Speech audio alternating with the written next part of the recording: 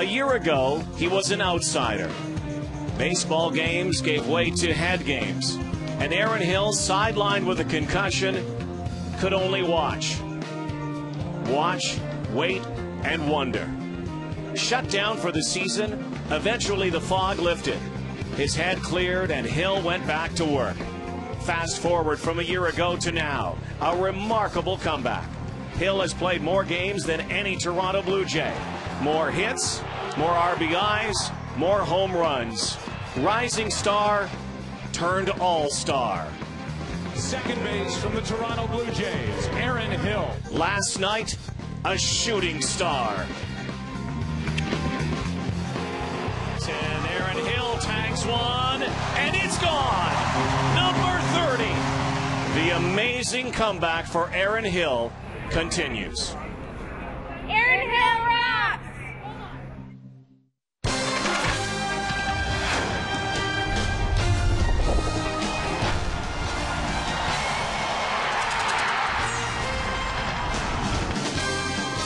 Hill the thrill. Aaron Hill, what a season. Tampa Bay Rays take the first two games, look for the sweep against the Blue Jays. Tonight, Aaron Hill, home run number 30. Last night, the lid is off. Open skies tonight. Nice night for baseball and TSN High Definition. And hi, everybody. Rod Black along with Pat Tabler. It's an amazing comeback, what Aaron Hill went from last year. I remember you and I used to sit down and talk with him before the game, and all he wanted to do was play baseball. But because of the concussion, he could not, and here he is and playing so well. Playing great baseball. He's in a good place, and he told me before the ball game tonight, Rod, that he said he's had the great aggressive approach at the plate from day one, and the numbers show. Speaking of aggressive at the plate, how about Carlos Pena? It's hard to talk about how well he has hit the ball because you don't see these kind of streaks. He homered off of Halladay in game one in this series with a long drive down the right field line, and then trumped that with a couple of home runs against Brett Cecil in last night's game. He is in one of those home run streaks right now, 6 of them in his last 16 at-bats, just carrying the offense for the Tampa Bay Rays. The American League leader in home runs, Carlos Pena, has been a Blue Jay killer, and look what he's done the last 3 seasons against Toronto. 13 home runs. That's the most home runs hit against the Blue Jays in the last 3 years.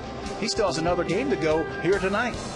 Starting pitchers tonight, Scott Kazmir coming off one of his best starts against Mark Zepchinski. Zepchinski pitched well his last time out. He won his first game since July 18th, looking to go back-to-back.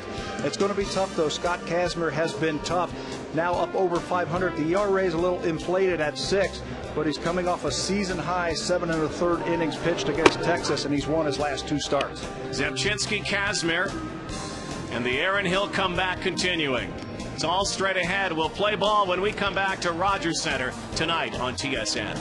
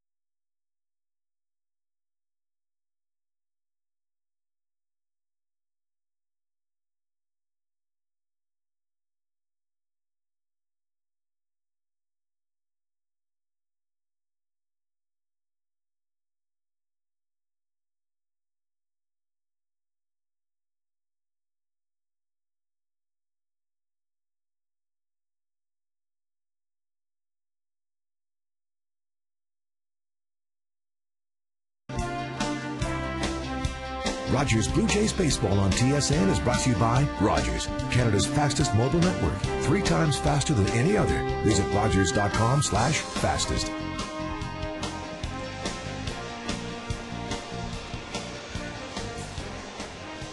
Mark Zebchinski. And the Blue Jays take the field here tonight. Finale of this set. Jays trying to avoid the sweep. Zebchinski made his debut, his major league debut against these Rays. Joe Maddon and company. Jet black hair for Joe Maddon. The Ring of Fire tour. On the road, they're all in black. Right now, Jason Bartlett running hot. Last couple of weeks, Ben Zobrist will bat second. Carlos Pena, talk about hot.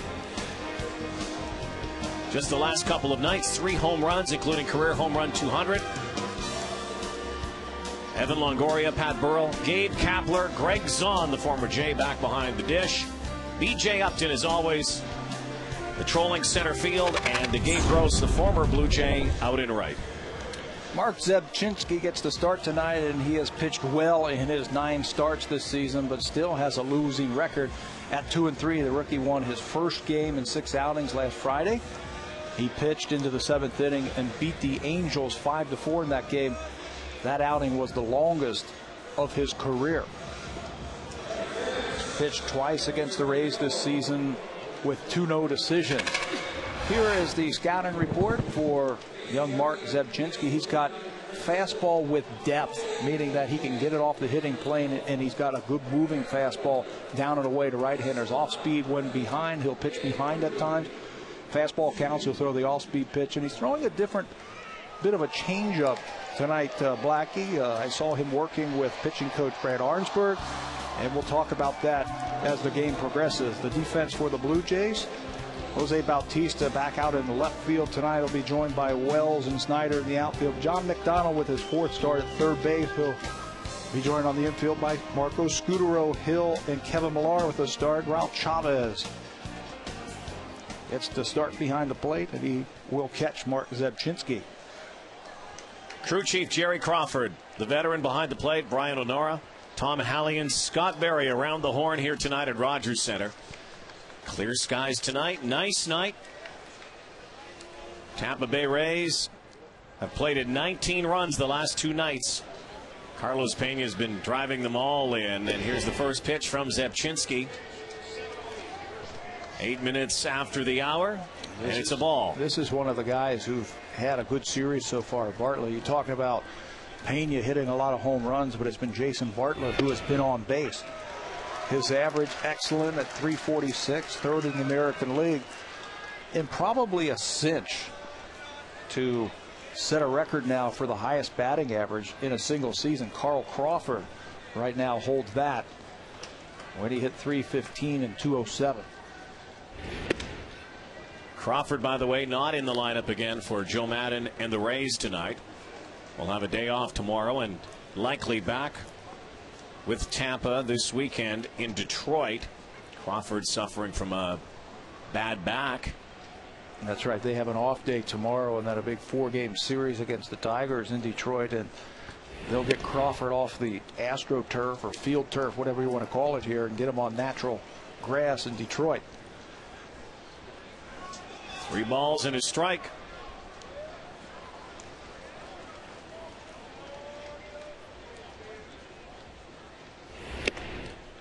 There's a strike.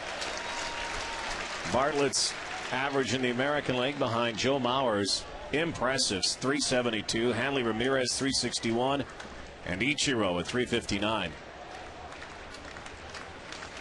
Select company. Zebchinski bears down, delivers. And it's popped up right side.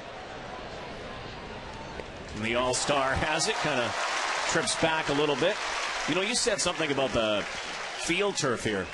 A chance to chat with J.P. Ricciardi the other day. They are going to replace this turf next year. Yeah, he told us that yesterday when we were in the clubhouse watching the rest of the Little Leaguers, the Canadian Little Leaguers win their ball game. J.P. saying that they're going to tear it all up and put in some new stuff for next year. Just seems like yesterday they put this stuff in.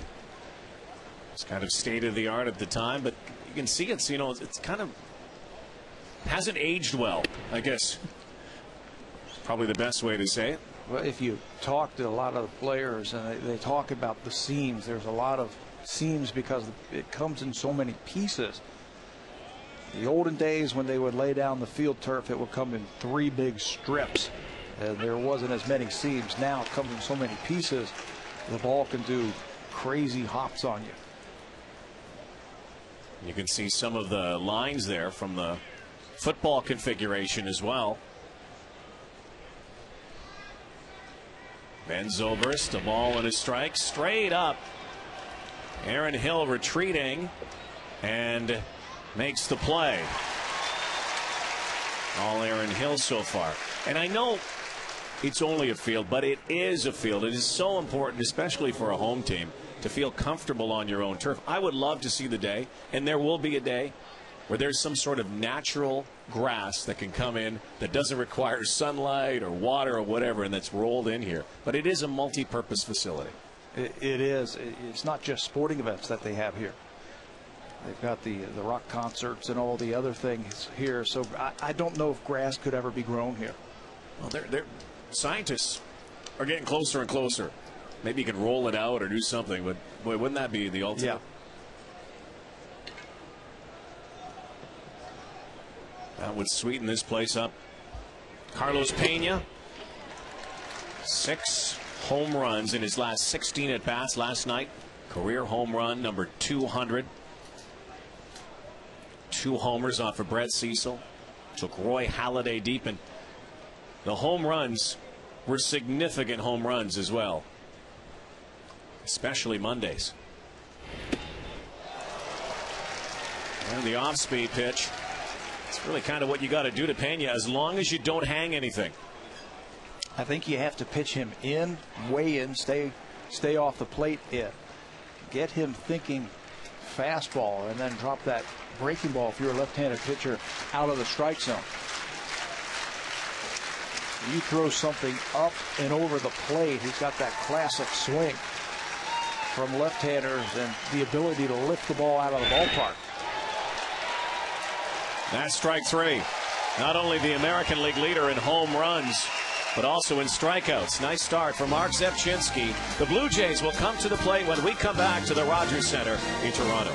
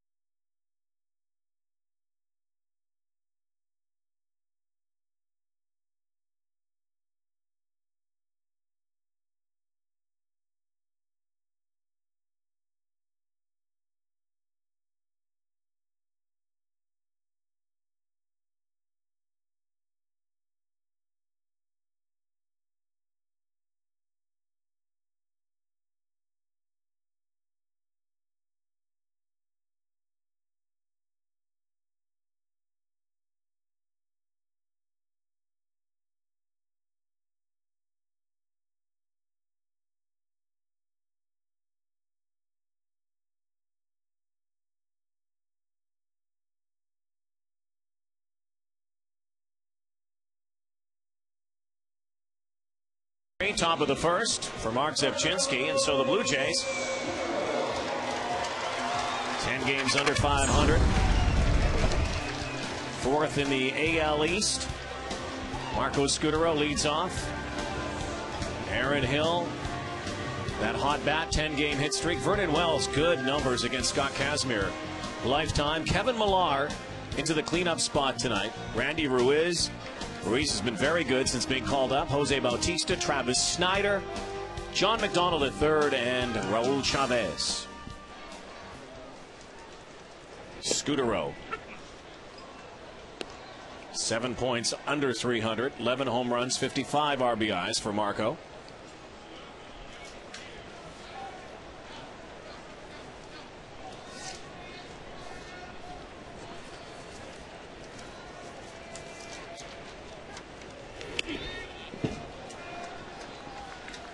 Scott Kazmir will take the mound tonight. He's trying to win his third straight start. 8-7 with a .617 earned run average. He beat Texas on Friday, taking a shutout into the 8th inning against the hard-hitting Rangers.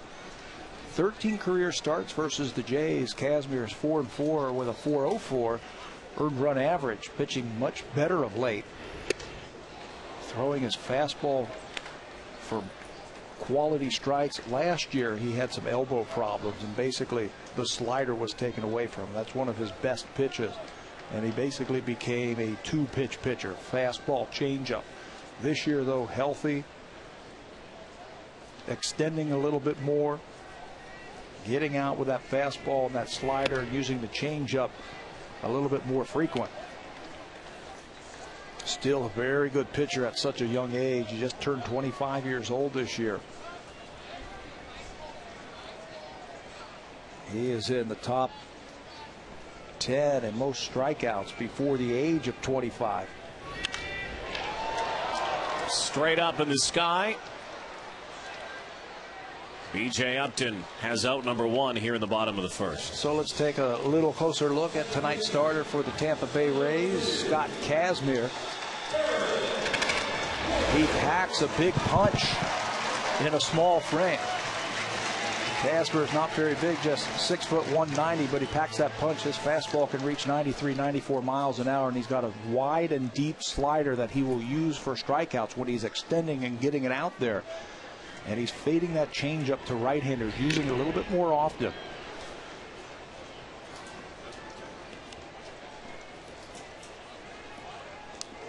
He was a bright star when he came over from the New York Mets, and already holds a lot of records for the Tampa Bay Rays in the pitching categories. But he has battled injuries last year and then spent some time on the DL this year. Had a right quad strain earlier this year, and he was put on the 15-day DL right at the end of June and missed 33 games. Ball and 2 strikes. Hot Aaron Hill again. You know, he's had a number of hit streaks going, but you can't really say Aaron Hill is streaky because he doesn't really slump badly the other way. At least hasn't had many really prolonged ones. I think that's what he was saying when we were talking to him before the game, how he feels like he has been aggressive and has had a good approach all season long. And what is that approach? Well, whatever you see up there, let's be aggressive. I think if you have that mindset, if your brain is telling you to swing, you'll have time to recognize a pitch out of the strike zone. But he's been good all year long, and power's been added to his game this year. Strikeout by Kazmir, and now Vernon Wells batting in the 3 spot tonight. Kevin Millar next. Tampa Bay have played airless ball in last night's ball game. Kapler, Upton, and Gross. Again, no Carl Crawford in the outfield. Bartlett and Zobrist up the middle. They've played great ball in this series. Pena and Longoria, the power hitters on the corners, and Greg Zahn, the veteran, will catch Scott Kazmir here tonight. Greg Zahn has meant a lot to this pitching staff since they got him from the Baltimore Orioles. He tells his pitcher, look, I'm going to put the sign down. I know how to pitch these guys. I've been in this league a long time. The only thing I want you concentrating on right now is just hitting my glove with the sign that I put down. Vernon Wells fouls it away so quickly behind to Kazmir, and there's his old teammate Greg Zahn. Challenging these young pitchers to learn how to pitch. They all have great stuff. They all have great arms. Now he is challenging them to learn how to pitch with it. Foul away again. think it's a bit of an advantage for Greg Zahn to know these Blue Jays so well, to have his young pitcher up there, and the way that Zahn calls the game, because he, in effect, is the choreographer right now. Yeah, and he has watched him for how many years. He's the kind of guy that doesn't sit over there and not pay attention. Really has an idea of all the years that he's played in the big leagues to find weaknesses in the batter. One of the things he said to me today also is he thinks rhythm is important for pitchers. Rhythm by throwing strikes. You can't get into any kind of rhythm if you are throwing balls and walking around, and next thing you know, it's 3-1. Get out there, let's go. Let's throw strikes and keep the game moving. See Kazmir shaking him off. Zahn has said to the guys, hey, don't shake me, man. I'll put the fingers down, you just throw it. 2 balls and 2 strikes. That's the beauty of having a guy who's been back there with one of the greatest pitchers in the game for so many years in Roy Halladay. It's a different type of pitcher than Halladay, but it's still the same idea. What are we going to do to get the guy out? Well, throw a fading changeup that he'll use for strikeouts to Vernon Wells. 1-2-3 inning for Scott Kazmir. We've played one. We are scoreless.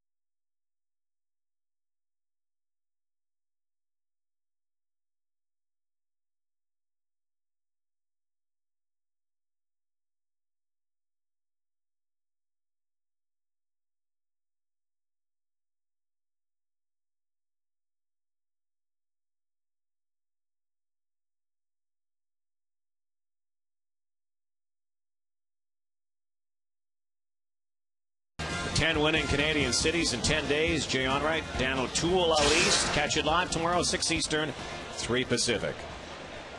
We're in downtown Toronto, just off the lakeshore. Inside Rogers Center. Sun slowly setting. Evan Longoria, Pat Burrell, Gabe Kapler due up for Tampa here in the second inning against Mark Zipchinski. We've seen Evan Longoria in the 3-hole the first 2 games in this series against the Blue Jays. They've won those 2 games, so you might be asking the question, well, why did Joe Madden mess with something successful in flip-flop Carlos Pena with Evan Longoria? And the simple reason is he wants to make sure that he has a hitter that can produce hitting behind Pena tonight. That is usually Ben Zobrist, but he wanted to get Zobrist's speed and back control up at the top of the lineup right behind Bartlett. And he felt that if Pena was in the number 4 hole, he didn't have a good enough bat to protect him average-wise. So he flip-flopped Pena and Longoria. Pena hit in the first inning. Now Longoria is going to hit cleanup tonight. Longoria 2 for 9 in this series with a walk. 1 for 5 last night.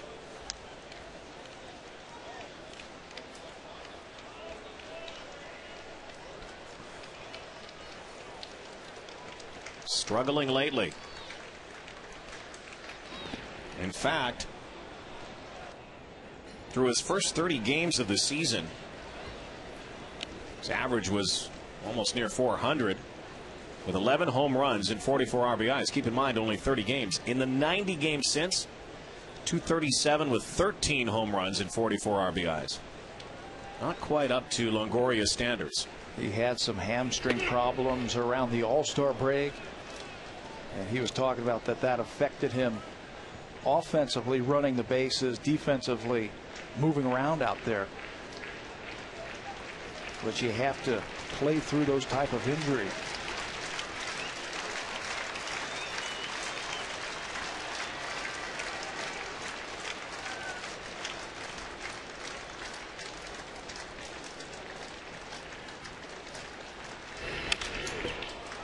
Ground ball, Johnny Mack, John McDonald with the throw over there. First base. Johnny Mack certainly has the glove over there. You know, sometimes you have to question, if anything, because he's such a great defender, it's the arm. It's a long throw over, but he makes it out of his glove quickly. You know, it's a different type of throw that you will throw from shortstop. A lot of times at shortstop, you're going to be throwing on the run, or you're going to have to flip the ball on the double play or go in the hole or whatever. Third base, for the most part, you can come over the top and make a good, strong throw. So it's a different type of throw, but he still has plenty of arm. Pat Burrell, the DH. One thing about John McDonald, he'll play wherever you want him to play. He just wants to play. Yeah, we saw him in last night's game. Pick up Aaron Hill at second base. And just past him. Can he make the play from his knees? Yes, he can. Knocked it down, threw him out. He must be listening to the broadcast, Black. He must have heard you say, hey, he can feel. Third base is a reaction position, and Johnny Mack leaves his feet, gets him there in time, knocks it down. Now he knows he has time to get Burrell. Extension by McDonald, and then that throw. How do you make a throw accurately like that from your knees across the diamond? Just a beautiful play. You know why? Because here's a guy who has worked harder at so many other people at fielding ground balls constantly during the day. If you ever get a chance to get out here early and watch him take ground balls from Brian Butterfield, yeah, it's a magic show. You can't practice those throws, though. No. You know, that's just a reactionary thing. You don't come out here and say, okay, I'm going to dive for the ball, I'm going to miss it, and then from my knees I'm going to spin around. You don't practice that. That's just good athleticism. I think through the years of making so many of those look so routine, it's a lot easier for him to make the sensational catch than it is for other people. The 0-2. I agree. And then similar to Scott Rowland when he was here. So many years with great fundamentals. You know, the spectacular.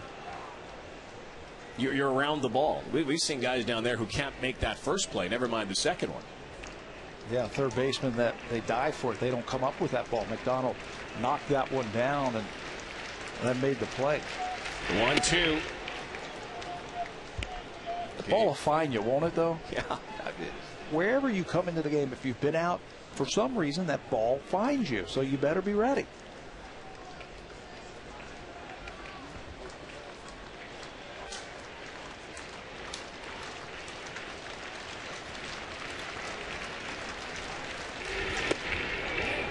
Boy, the crowd wanted it. Zepchinski wanted it.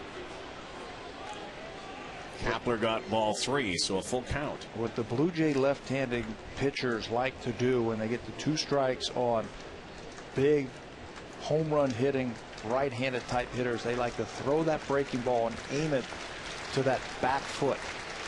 That'll get the sweeping motion that they will need to get strikeouts, and if they miss, you either get a strikeout because they'll swing at it or a foul ball.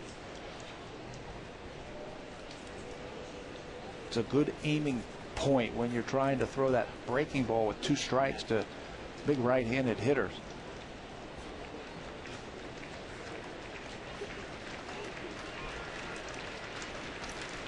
Three-two again. Fouled away. Down to third base, coach. Tom Foley.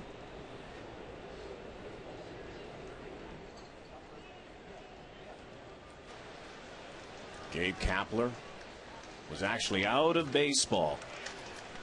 He's managing and a call to come back and contributing now as you take a look overhead.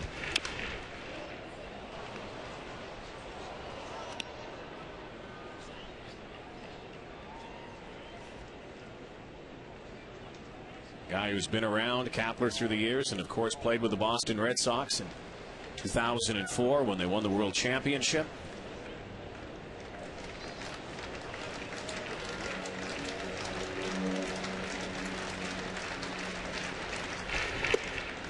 And he walked him. Kapler will battle you. And he battles Epchinski there and draws the walk. Twice tonight he has jumped ahead of a hitter. 0-2. He finished off Pena, but can't finish off Kapler.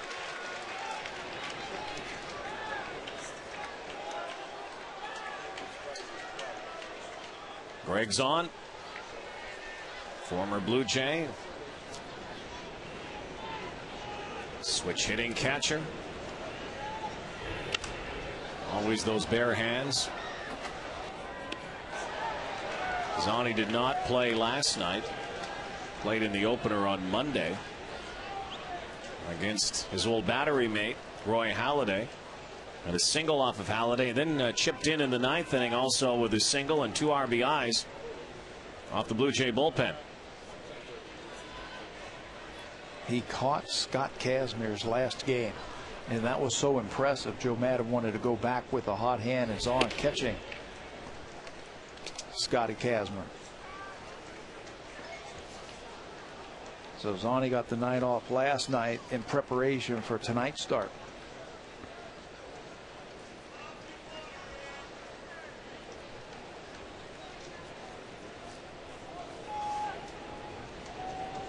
See how Epchinski handles it from the stretch here. It's one thing we have noticed with all of the rookie pitchers that we've watched all season long is, you know, the rhythm and how much it changes when a runner is on base. Well, there isn't any rhythm. Yeah. It slows down to a crawl. Not a big lead by Kapler over first base. Really not a threat to steal. Zahn, a little flare. Snyder has to hurry, and he makes the catch. Lost it for a moment. Travis Snyder, who had a web gem last night, without number 3. Some good D in that inning, supplied by Snyder and Johnny Mack. Blue Jays come to the plate.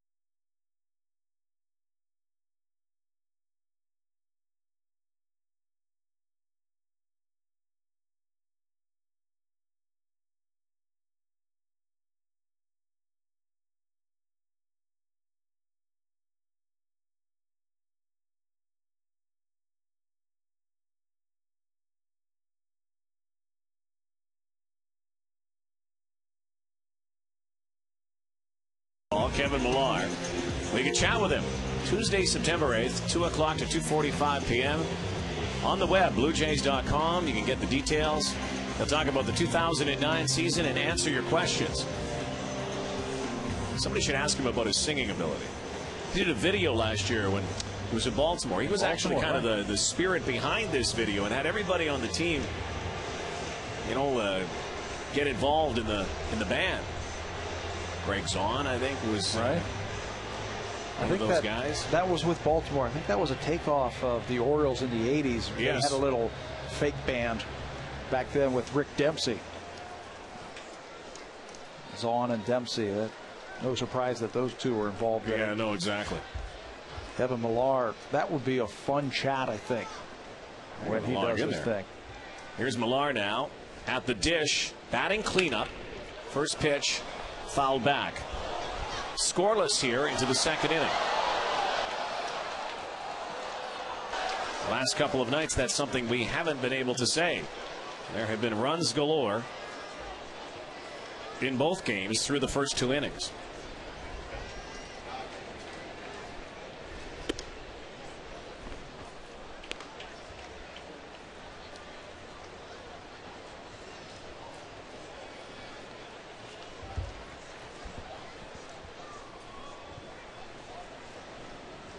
The 1-1, missing outside.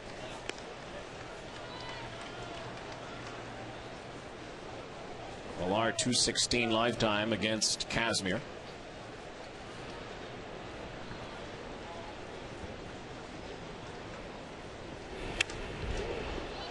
Sometimes you just can't catch a break when you're pitching. Scott Kazmir pitched in a game a few starts ago at Chicago against the White Sox, Rod, and pitched a pretty decent game. Gave up an earned run in 6 innings. Do you know who he faced in that game? Mark Burley. Mark Burley's perfect game. Scott Kazmir was the losing pitcher in that game. Mark Burley hasn't exactly lit it up since that perfect game, by the way. True. 3-2. Fouled off by Millar.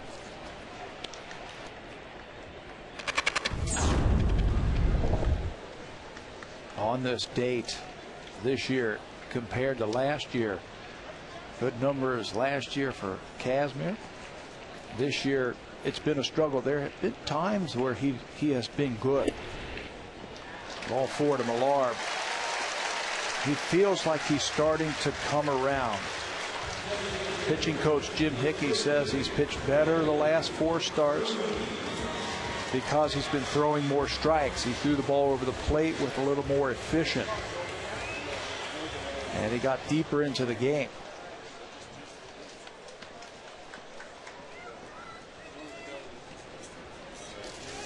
Now Randy Ruiz.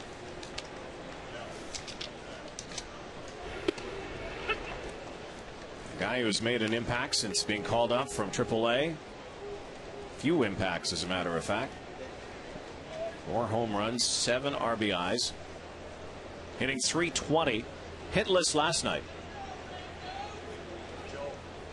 And he packs a punch when he hits it. Where did he hit that ball in batting practice today? It was way up there, beyond the second deck. Well, it's fun to watch. He doesn't get cheated. No.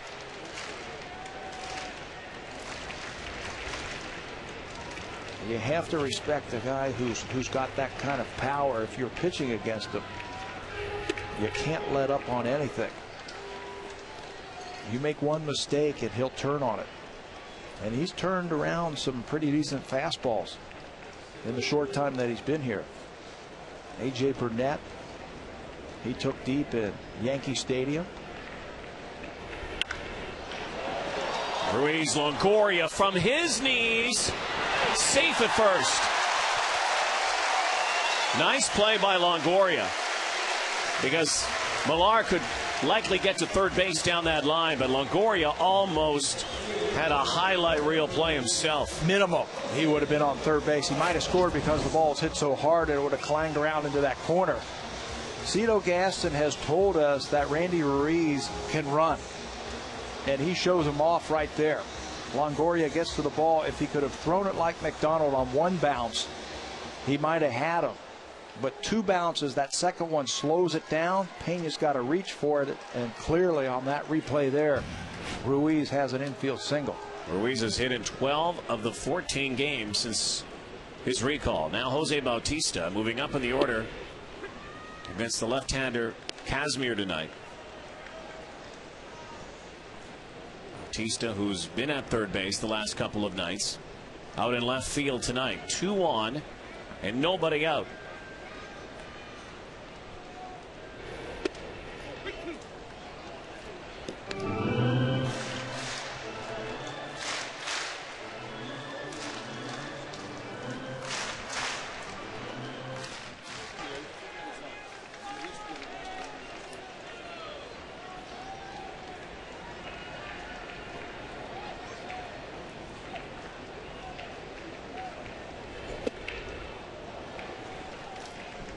Ball and 2 strikes now.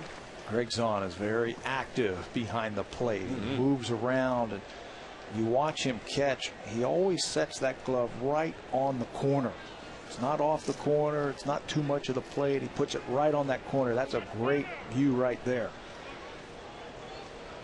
Moves around. He's been doing it for a long, long time. You want to give that pitcher a good target, a good low target with your hands up. Keep your hands up so you can move that glove around. Fouled off the last 5 seasons, of course, with the Blue Jays before going to Baltimore and then eventually ending up in Tampa in August. Zahn told me on Monday that, there was always a question mark, it seemed, over his throwing arm. And, some teams starting to really run on Greg Zahn, as we saw last year, and found out that he had a bone chip in his elbow and starting to affect his throwing. Had that taken out. Doesn't lift weights as much as he does, but he says his arm strength is much better, and his velocity to second base as well as his accuracy. There were some pitchers here in Toronto that did not do a good job of holding runners. You can't blame the catcher all the time when there's stolen bases. Wow. Got to be on your toes down there. Ball caroms back out to Gabe Kapler and sends it into the crowd. It was way inside, and Bautista was able to spoil that. Again, that's where left-handed pitchers want to stay in on right-handers, and Bautista fights that one off. Nick Leyva have to duck out of the way of that one. Keep your head up. The 1-2 on its way again, and that's strike 3. He is in a bad spot, Nick Leyva, because there's a runner at second base. He's going to try and get an angle in case there's a base hit into the outfield. So he is towards the home plate side right there of the coach's box.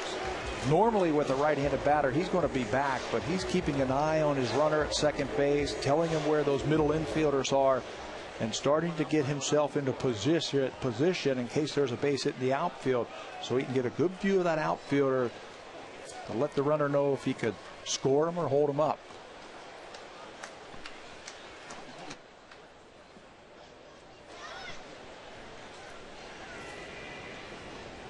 Now Travis Snyder.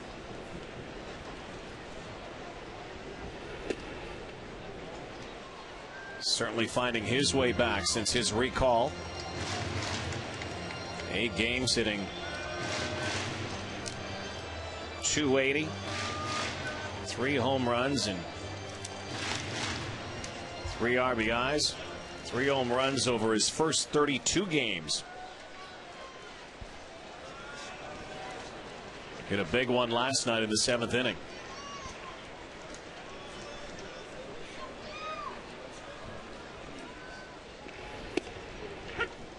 This is a good pitcher for Travis Snyder to face.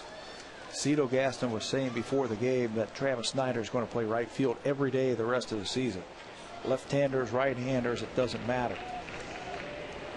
So he'll get a good look at Kazmir here and see how they pitch him. File that away, get a good idea.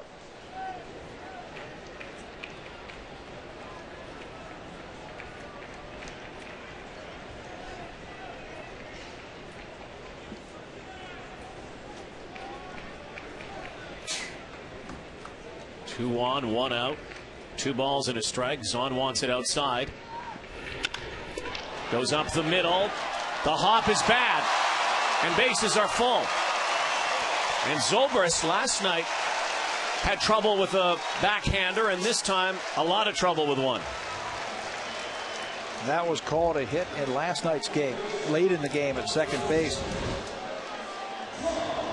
He had no play at second base because the shortstop Bartlett had cut behind him, so he knew he had to be quick to try and get Snyder at first base. So he stabs at the ball, can't come up with it, knocks it down, so Millar, the runner at second base, can't score. And the Rays, who played airless ball last night, commit their first here tonight. Base loaded now for John McDonald. Holds the string on the first pitch. Kazmir trying to get out of this. Raul Chavez is next, the number 9 hitter. Blue Jays trying to hit the board first here tonight. Johnny Mack was sitting on first pitch fastball. Kazmir crossed him up. Come to it now. Yep. Now he's 0-2. Now you have to battle. Spread out a little bit. Track the ball. Cut your swing down and just try and put it in play. Kazmir is looking for something on the ground, so we might see that changeup that he has. Try and mess up the timing. Or he might go right after him with a fastball for the strikeout. Millar, Ruiz, Snyder.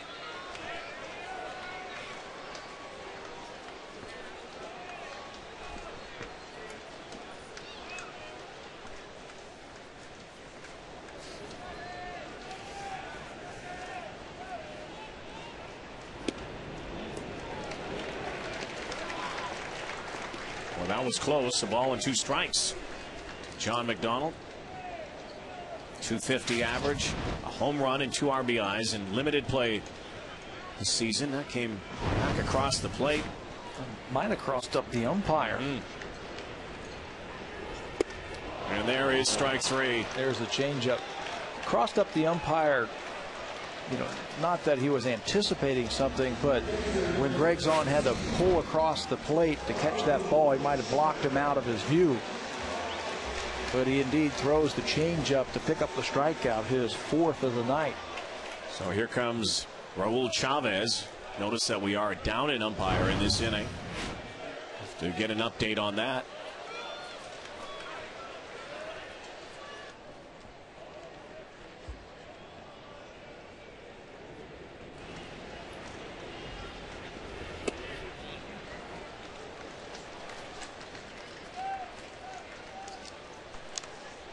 Jerry Crawford behind the plate.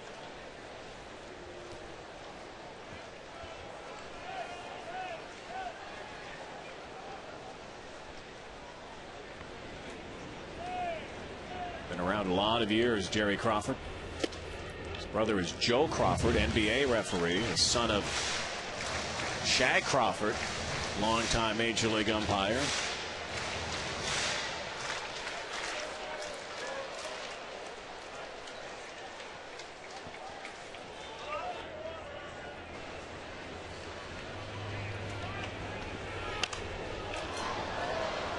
One of the problems that Scott Kazmir has had this year is his pitch count, high pitch count games. One of the reasons for that is he is averaging about 18 pitches per inning. He's a strikeout pitcher, so those numbers will go up. 44 now in the 2nd inning.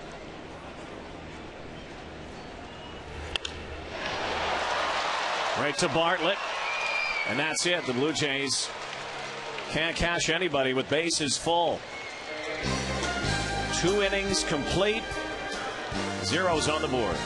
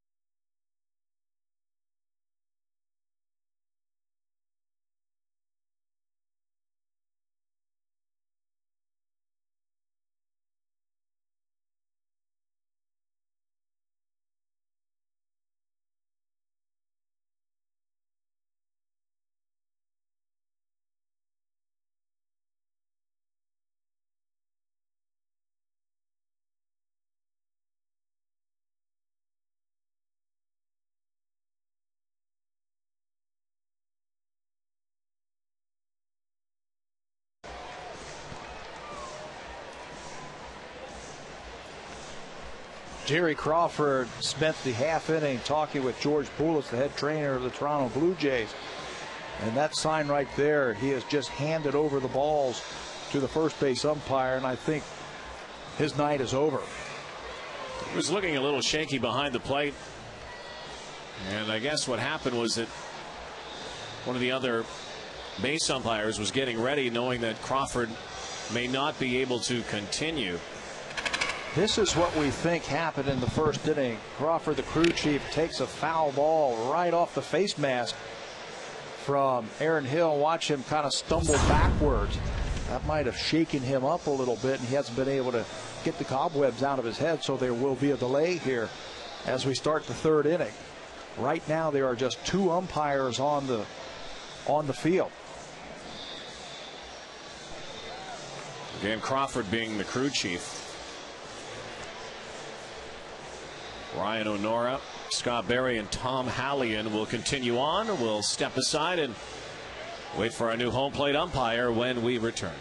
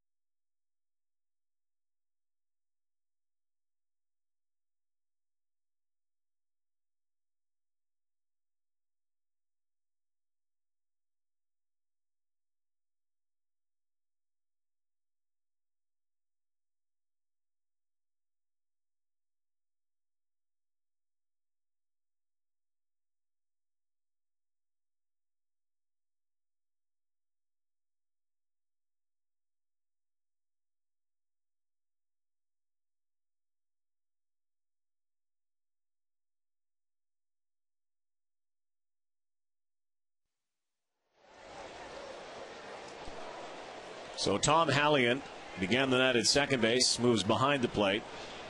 Wish our best to Jerry Crawford.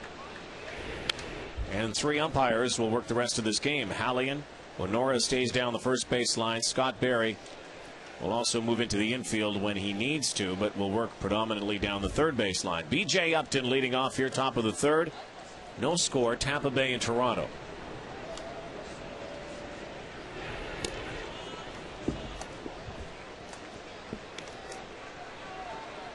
Zebchinski, when he gets out there and he wants to fade that changeup, what he was finding himself doing is he was jamming the ball too much in the palm of his hand, Blocky. So he spent some time with pitching coach Brad Arnsberg the other day down in the bullpen, getting that pitch more into your fingers. That will give you that good arm action that you need for that ball to fade and to really mess up the timing of the batter. They were working, getting that ball, getting it in the fingers and letting it come out through the pinky. That ball fouled off. Zebchinski feeling that he had the ball too much in his palm, and he was basically pushing the ball towards home plate instead of throwing it. He worked on it down in the bullpen a couple of days ago in his throwing session and felt great. His changeup tonight, he already has just one strikeout. That was to Pena, but he's used it to set up his other pitches. B.J. Upton 3 for 9 in the series.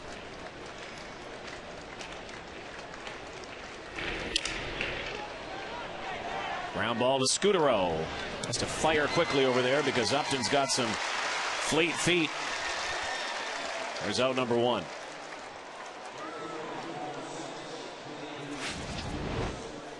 Scutaro with just 4 errors this year. You have to cheat when you have some speed at the plate.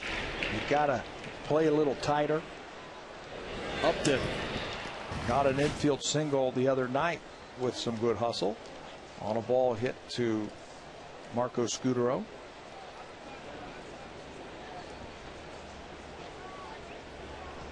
Now a former first-round pick by the Blue Jays back in 01, Gabe Gross.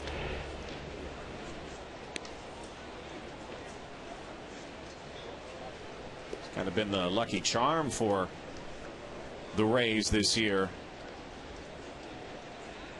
His 93rd game, 60 starts, 57th start in right field.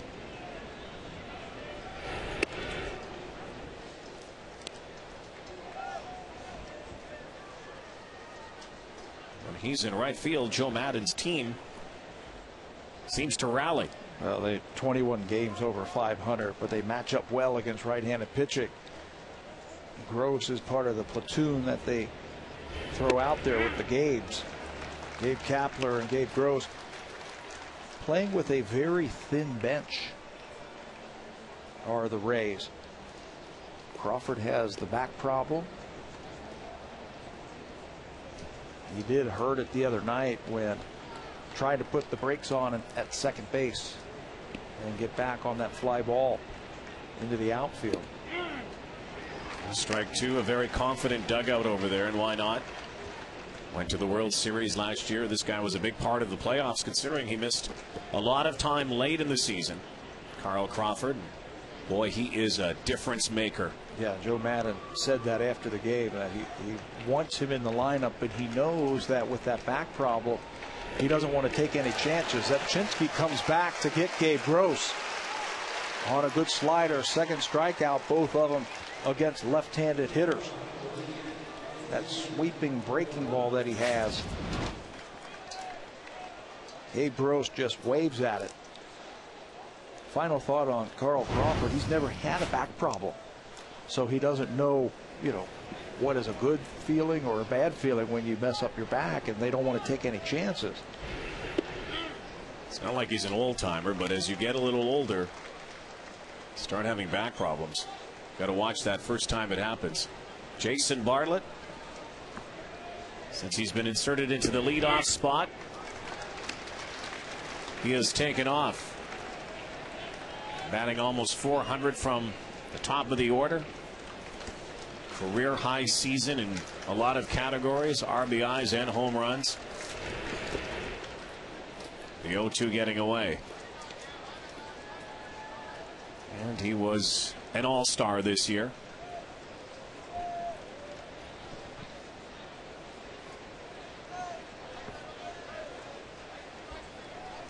Joe Maddon picked a few of his players, and rightly so.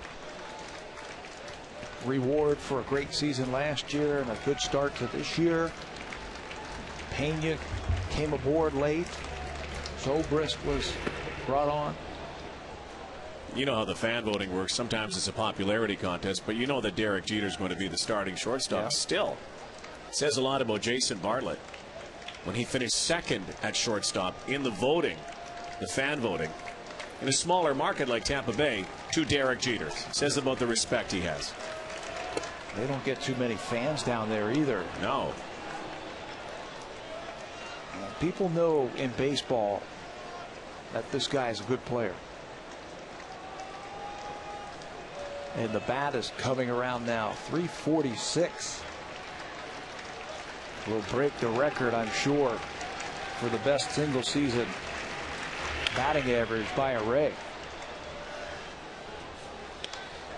Really coming into his own the last couple of years is Jason Bartlett. And he loves left-handed pitching. In his career, he's up over 330. In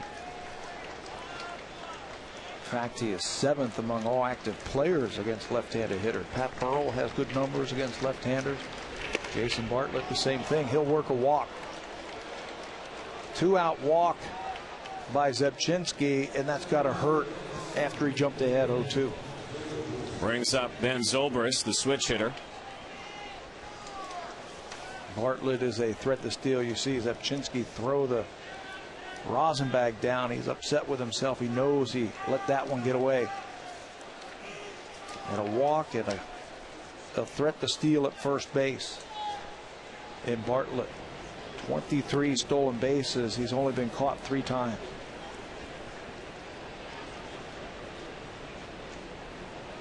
There he goes.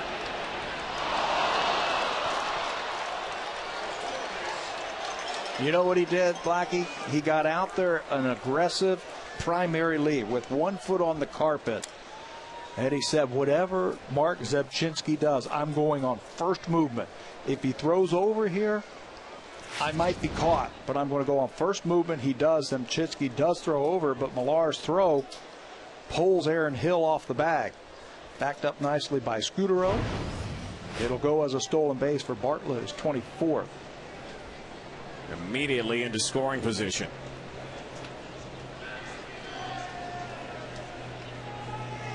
Zobrist, an RBI shy of 70 on the season.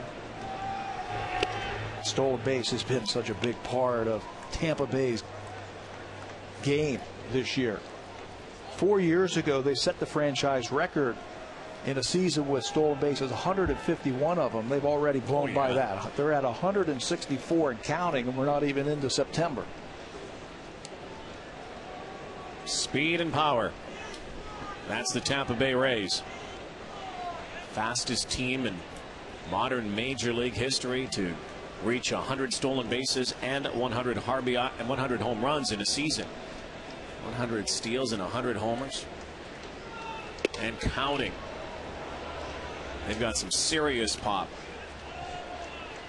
We were sitting talking with Aaron Hill today before the game around the batting cage, and we were talking about what that speed does to you on the defensive end, and you're very aware of it when you're out on that field. You've got a runner at third base and 2 outs, and a speedy guy hits it to you.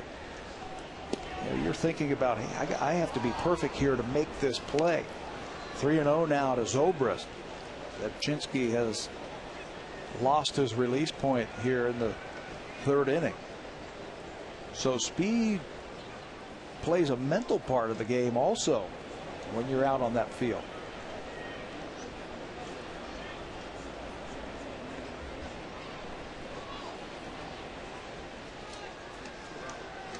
Another one of those that Joe Maddon selected for his All-Star team this year, the American League All-Stars. Ben Zobrist.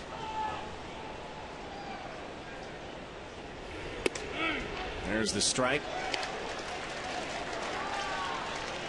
You do not want to lose this guy here, because next is the powerful Pena. Young and old there. Older. Roy Halladay and Ricky Romero. Prized rookie. The ace.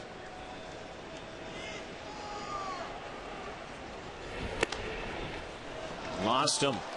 Back-to-back walks. 3 walks now. That's the only thing that Zebchinski has done wrong here tonight, but he could be in a world of hurt in a few moments if he serves up something wrong to Carlos Pena. He got 2 quick outs, Upton and then Gross, and then can't find the strike zone against Bartlett or Zobrist. I've seen this with Mark Zebchinski in his starts, where he'll be cruising right along and then all of a sudden just lose it momentarily. As a young player, you've got to find that. You got to find that right back up where you need to let go of that ball. If he pitches Pena like he did the last time, everything will be fine. Yeah, no worries. A little bit different this time, though. He's out of the stretch, and there's a couple of runners on. First inning, he was pitching out of the windup after getting the first 2 batters.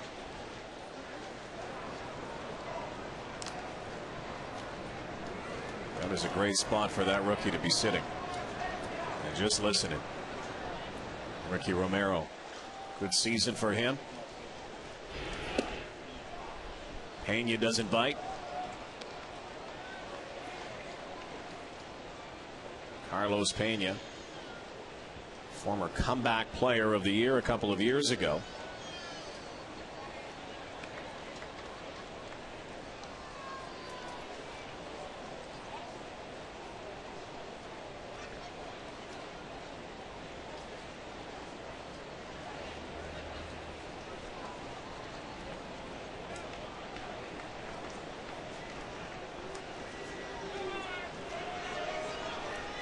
Time called here. 2 on, 2 out. Here in the third inning. Zepchinski very methodical right now. And falling behind a dangerous hitter. If he's got his fastball with that depth that we were talking about, this is a time to use it, but you've got to get it up and over the hands of Pena. Just crowd him with that fastball. Get it in there. Cito is never happy when his pitchers can't find home plate. He says you're just asking for trouble when you fall behind a good hitter like Carlos Pena. Especially this pitch right here. Got him though. 2 balls and a strike.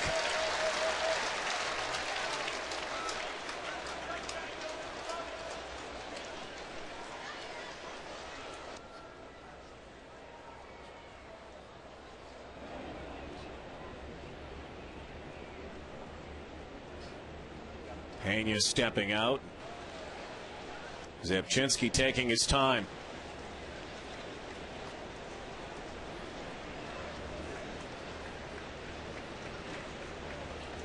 Two one. Now a ball away from loading up the bases for Evan Longoria.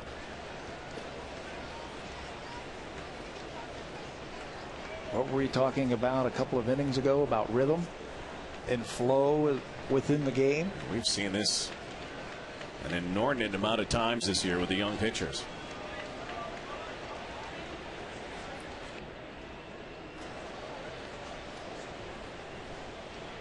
Here it comes. And he walked him. Pena wanted to swing that bat. You could tell by the way he walks down to first base.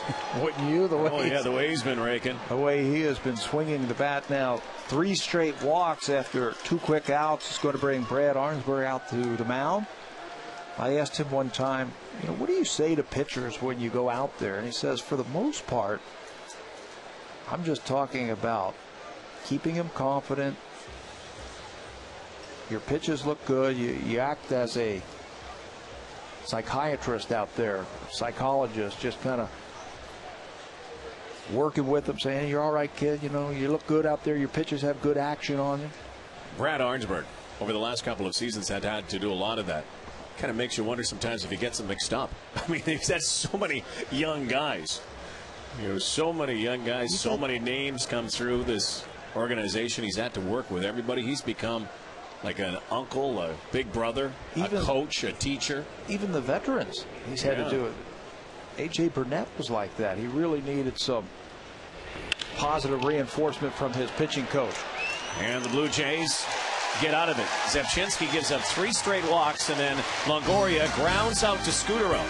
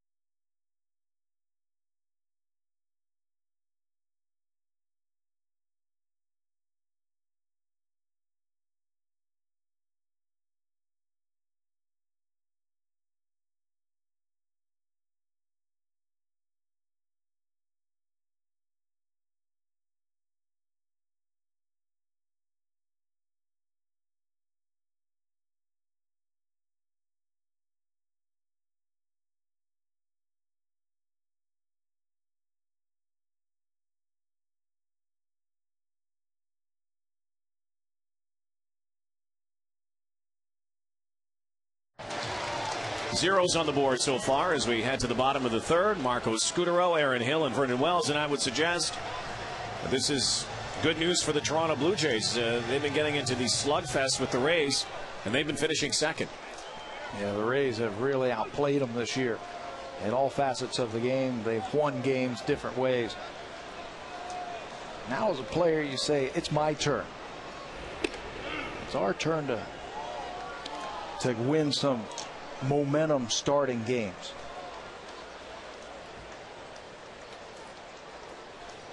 Venezuelan shortstop Marco Scutaro, free agent at the end of this year. I noticed that little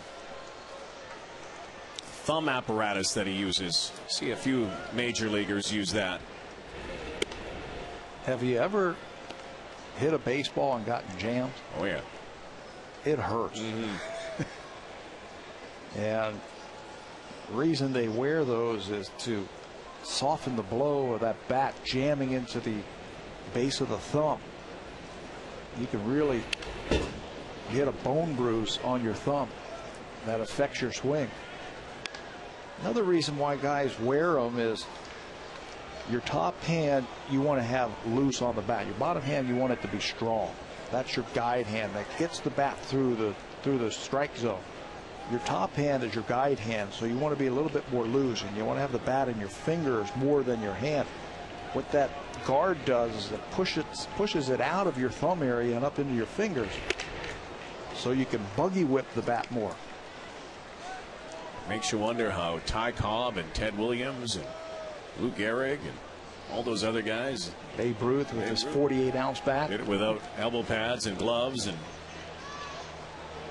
thumb guards. See how Scutaro puts that thumb, or the pinky rather, right at the bottom of his bat as well. And that is strike three. Scutaro does not like the call. Halligan again coming in to work behind the plate when Jerry Crawford left. Has a few words for him. Aaron Hill last night. That pitch was supposed to be in, but it was on the outer half of the plate, and he has extension in plate coverage. Rips that ball for number 30 into the stands in left center field.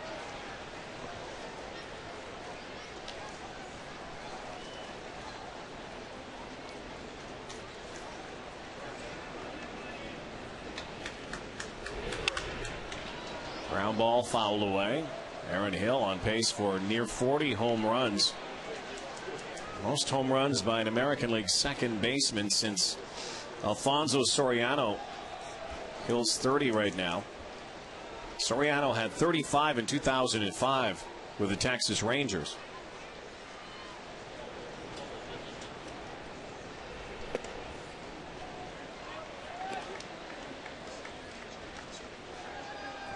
Home runs are a byproduct of a good approach at the plate, a good mindset and good fundamentals, and Aaron Hill has had all of those all season long. Longoria sidearm over for out number 2. You have so many at bats and you fail 70% of the time, so your mindset has to be positive at all times, and you have to have a short memory. You can't remember your last at bats. Aaron Hill, I think, has done a good job of that this year, of forgetting his bad at bats and going up there with a positive thought every time. Vernon Wells. Haven't been a lot of positives, certainly in the numbers for Vernon Wells this year. Every time we think that, you know, you're going to see a resurgence and a return to the former all-star form, and he shows those flashes, those signs. It's been slow coming around. Glimpses. You see line drive home runs. He hit a home run here the other night, a line drive into the second deck, and it was okay. Now it's time to take off. And in his career, he has hit home runs in bunches, but it just hasn't happened on a consistent basis this year. What have you seen as a keen eye, a guy who's been there and you know everything you know about hitting. What have you seen in his swing that you'd like to see him maybe work on a little more? For me, and I've talked with Cito about this, is Vernon Wells is not getting his front foot down and getting ready to hit. He's not ready to hit. He's got a lot of movement, and then all of a sudden it's almost an emergency swing, like he's not picking up the ball, and I don't think he's ready to hit the fastball. Doesn't hit it there. Off-speed pitch off the strike zone. Another strikeout for Kazmir, his 6th already through 3 innings.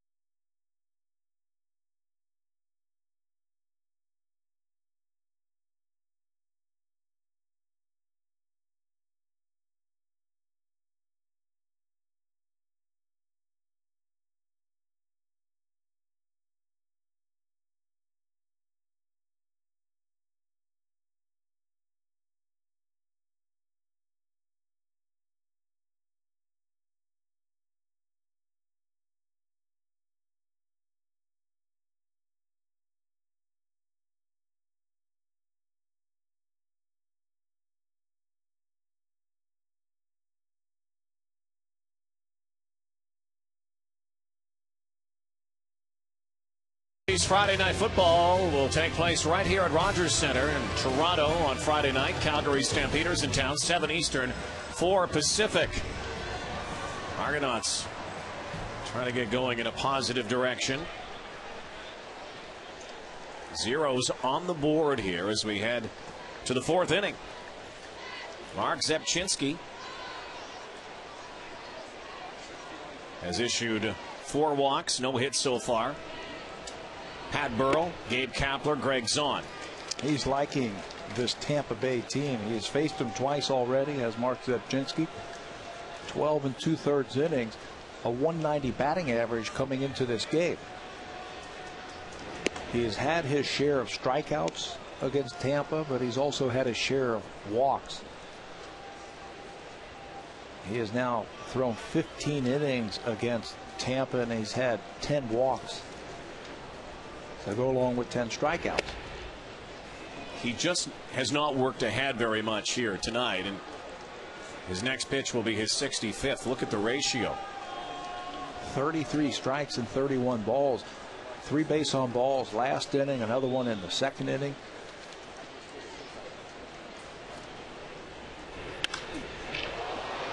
Burrell flying out to Vernon Wells. What the Blue Jays need tonight is they need some length from Zepchinski. Because the starters haven't been going deep into games, the bullpen has been used a lot of late. Trying to get the staff together and on track too. Their last 10 games, the ERA is over 6. So Zepchinski, who can go 110, 115, 120 pitches because he's not a power pitcher. I wouldn't mind seeing him do that. I don't think that would be a bad thing. Thinking about Zepchinski, he has not been intimidated by the environment being in the show. We were down in Tampa for his first game, and I know when you first saw his name, you kind of went, what? How do you say that? A lot of people have no problem saying his name now. He looks like he's going to be one of those type of pitchers that each time he climbs a rung in professional baseball, he becomes a little bit better. You look at his numbers in the minor leagues last year, they were very good. Started the year in Double-A, a little bit better. Went to Triple-A, still better. And this year, his ERA of 3.65 in 9 starts is pretty respectable. And a strikeout. 1 an inning now. Now stay in this mindset right now. Attack, attack, attack. Good curveball there. Backdoors it to Gapler. And he's starting to come on strong in his last 2 starts. The numbers for Zebchinski, 12 1/3 inning. Just 2 earned runs allowed.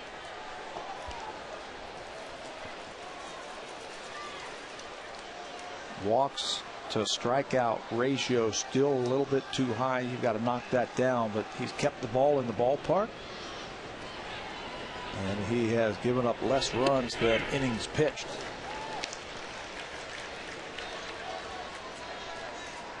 And all of that, he's getting stronger. And I hear they might shut him down after his next start. They're talking about both he and Brad Cecil. But see, I think Zebchinski is different, that they have a formula, do the Blue Jays, what they want to do with their young starters. They want to take what they threw last year, add 30% to that this year, increase their innings per season by that much, and when they hit that, shut them down. I think Mark Zebchinski is a different case because he's not a maximum effort type of pitcher. He uses his body well. He mixes his pitches well. He doesn't blow the ball by you. So there's not a lot of torque on that arm. There's not a lot of pressure on his arm when he throws. The 2-2 to Greg Zahn. For Blue Jay fans who watched Zahn for the last 5 years before this season. Saw him in a lot of these counts. He had some lengthy at-bats. Very good eye, good quick hands. It always seemed like he was hitting 3-2 or 3-1. Yeah. 2-2 now. And he fouls off another one. And a guy who, think about it, that's all he does the whole game. See pitches. You better have good eyes. Yeah. Done it for many years.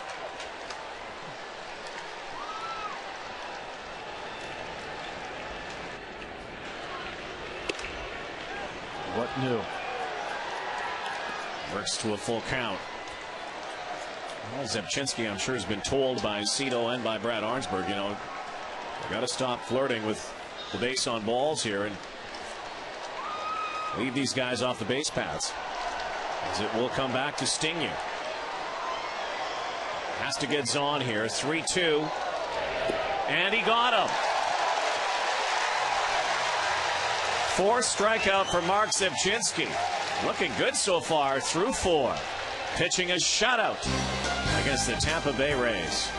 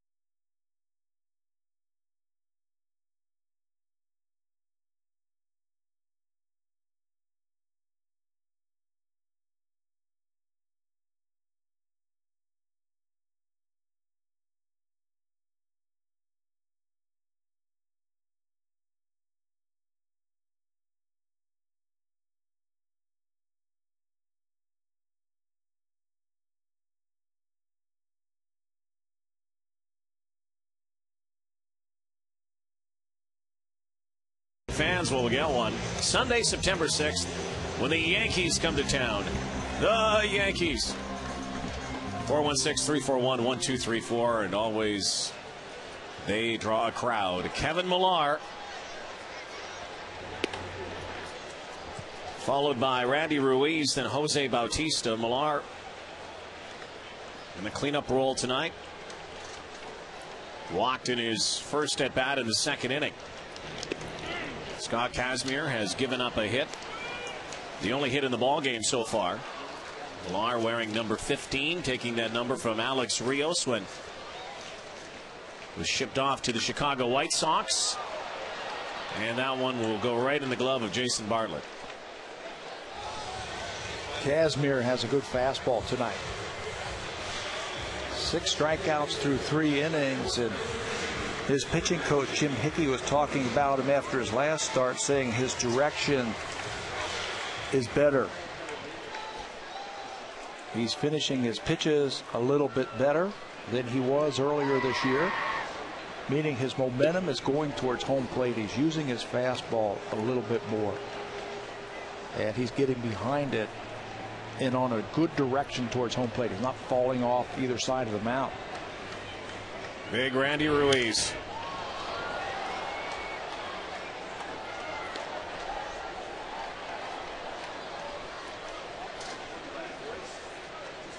This guy creates some bat speed. A lot of torque. The 0-2.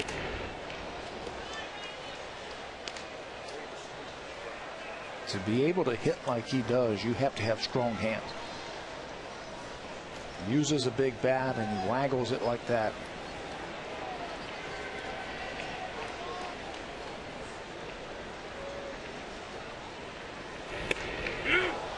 And he goes down on strikes, number 7 for Kazmir. We're only in the 4th inning. He's averaged 6 innings per start this year, has Kazmir in about 100 pitches per start, and that'll happen when you get a lot of strikeouts. Upper part of the strike zone, Ruiz can't lay off of it.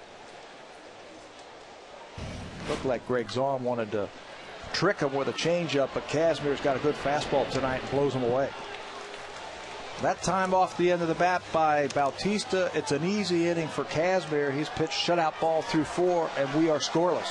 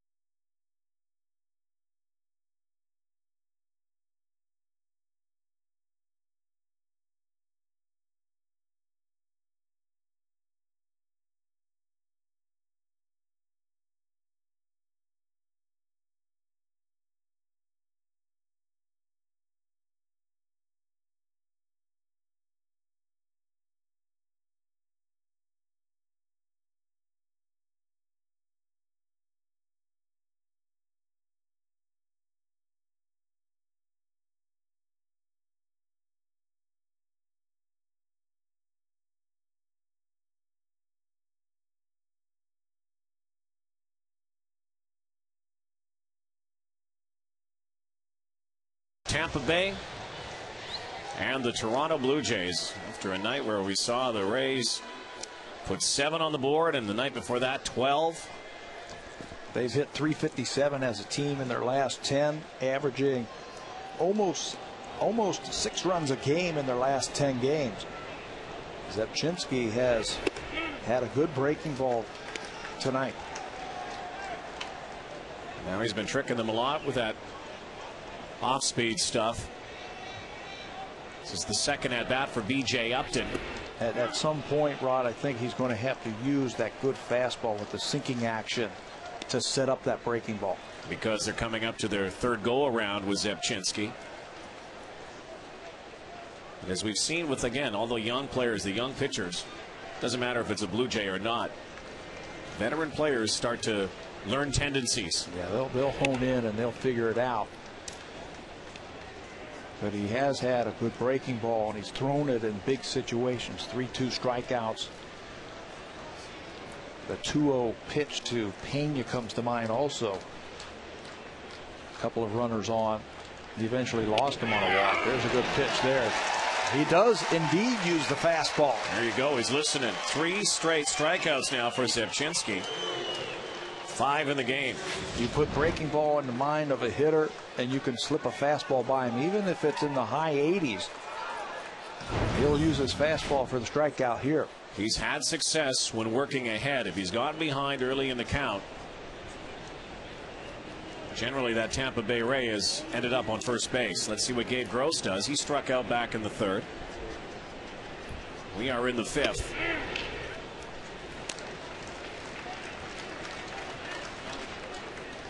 Fastball, strike one.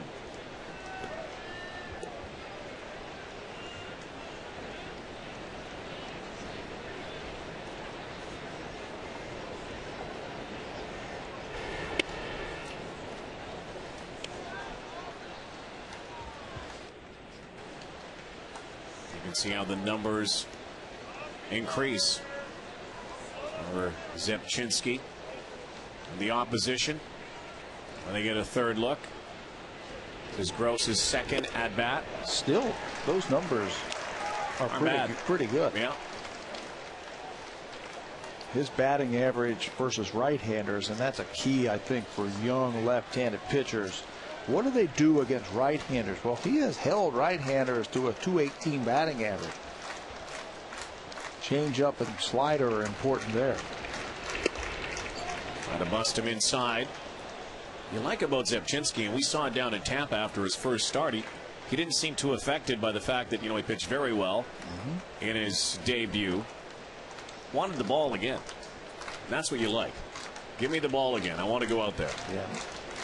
Show, prove that you belong here. Jays have a day off tomorrow, then we'll head to Fenway, take on the Boston Red Sox. Scott Richmond there having a chuckle, and Richmond will go on Friday night against Josh Beckett, Ricky Romero, and Roy Halladay pushed to Sunday against John Lester. So some good matchups there. 2-2 pitch. I like that. This late in the year, you have an off day tomorrow. Instead of skipping someone, just push everybody back a day. Give them that one more day, a little bit of a blow to give their arm a chance to recoup a little bit more. They'll come out stronger, hopefully win you some games on the road. Chavez couldn't hang on. 3 balls and 2 strikes. So the wild card standings coming in. Those Boston Red Sox in charge right now. Texas closing the gap, and the Rays 3 games back. Even when they go on a streak, they find themselves looking up at Boston and New York. 3-2. Got him. Strike 3.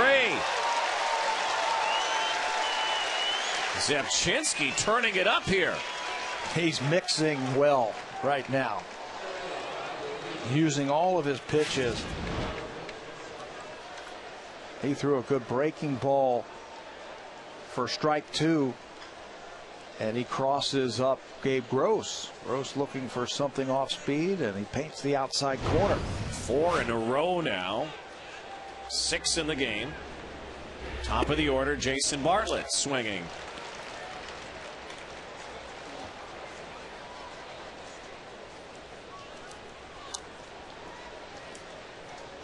Who would have thought we would have seen this type of game after what we've watched the last 2 nights? They've tricked us. Last night we thought was going to be a pitcher's duel. We thought the first night was going to be a pitcher's duel. Not so much. 12-7.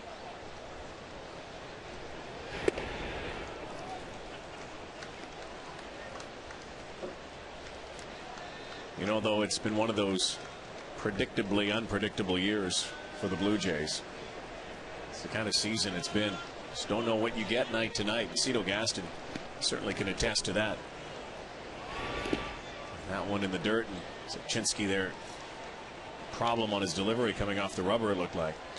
That's what happens when you have so many young players. They could be wildly inconsistent, thrill you 1 minute,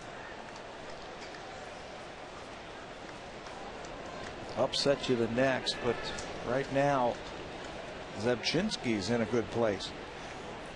3-1, misses outside, and so Bartlett again will walk. Remember last time he stole second base on first movement. This looks like the third inning. Got the first two and then 3 straight walks. So forget about that. You can see Zaczynski's upset with himself. Forget about it. Let's make a better pitch now. And again, his pace tightens up, slows down once he gets into that stretch. Let's see how he handles Ben Zobrist now with Bartlett at first again. 2 away. Chavez down at first. Oh, Bartlett had to get back. Millar, the swipe tag. What Chavez can do, he can snap it down there quickly. We've seen him do that this year. Throw behind runners, especially on check swings or swings from the batter. Your tendency as a runner on a check swing or a swing is to lean towards the next base to get a jump. That one was close at first base.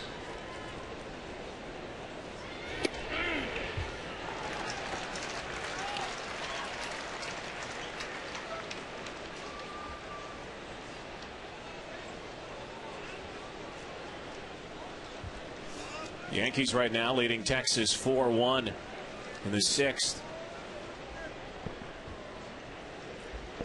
Boston leading the White Sox 2-1 also in the 6th.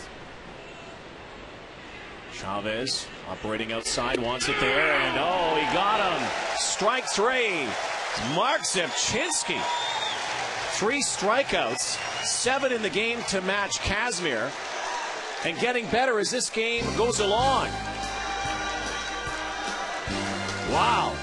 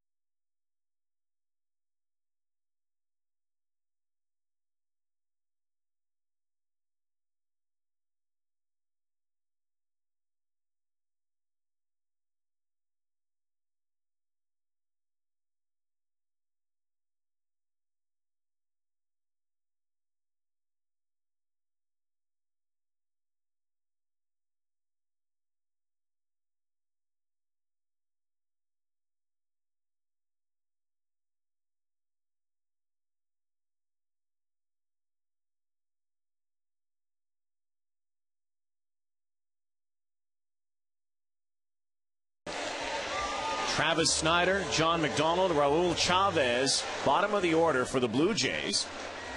Scott Kazmir, 7 strikeouts. Match now, Mark Zaczynski.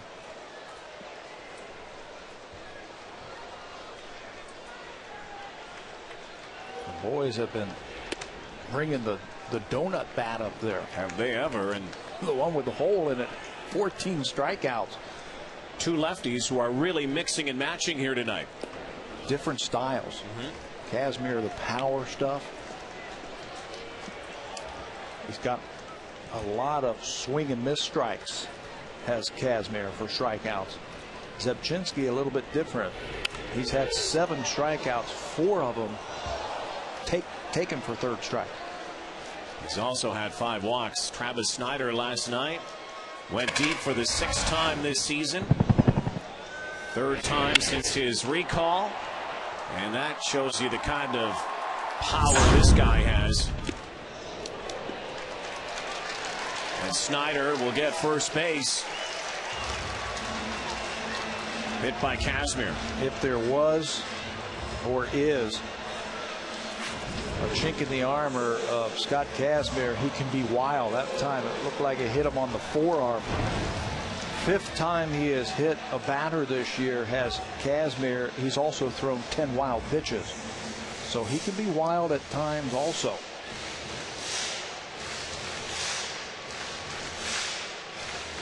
Last time the Blue Jays put the lead guy on was back in the 2nd inning. Kevin Millar walked. Eventually bases were full, but Blue Jays couldn't cash anybody. Now John McDonald. He went down and talked to third base coach Nick Leyva for a long time to see what Cito Gaston wants to do here. Longoria pitching in. That stays on the shoulder.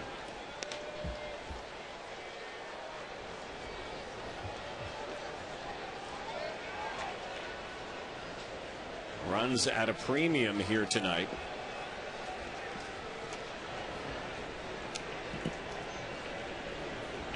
Blue Jays trying to get a guy in scoring position.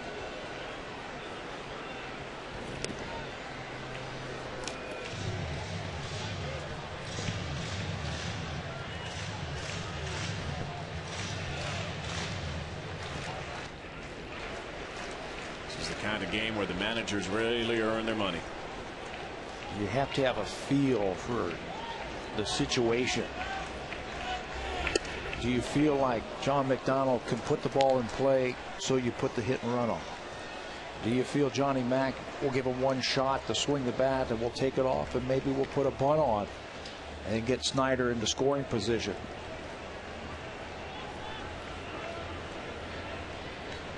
You have to have a feel for your players.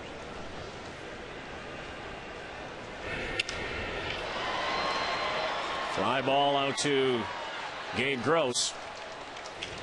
First out here in the bottom of the 5th inning.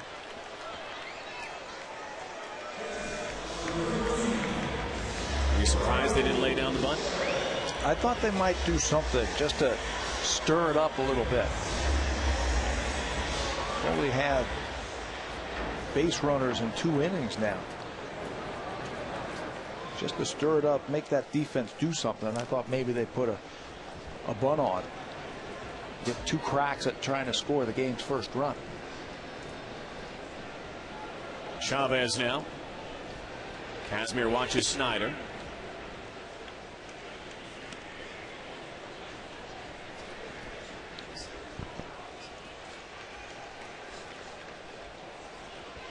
Blue Jays not a team like the Tampa Bay Rays that will scare you on the base paths.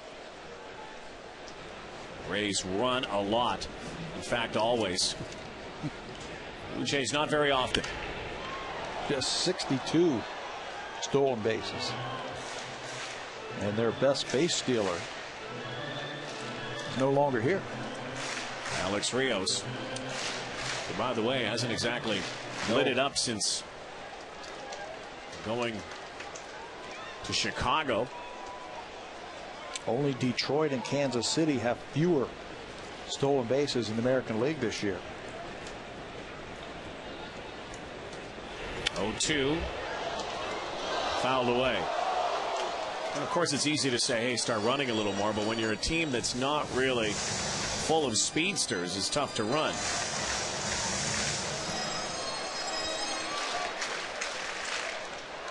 Could you see this team changing its MO next year? Maybe trying to acquire Someone who can take off and swipe a few more bags? I don't think it's a bad idea. Somebody that can create you some runs, and it doesn't matter what position. Marco Scutaro has done a great job at the top of the lineup. He's also set a career high in stolen bases with 11. But you're talking about someone that you have to respect when he's on first base in 2 pitches being in scoring position. A burner, or a guy that if he's on first base and you hit one down the line, you know he's going to score. 2 strikes and ripped. 1 hopper off the wall. Snyder will stop at third. Chavez has 2. The hardest hit ball of this game. And it was a mistake by Scott Kazmir. Ball elevated to Chavez, who was aggressive with 2 strikes. Rips the ball in the left field. Maybe a changeup, and that sped his bat up. Ripped it down the left field line. Ball's hit hard and ricochets right to Kapler, who gets it in quickly. I thought they had a shot at Chavez at second base if Bartlett, the shortstop, cuts it and looks right away. But the Jays will take it now. Second and third, 1 out. 0 for 2 night for Scutaro. This guy finds a way to get on base almost every game. Late on that swing.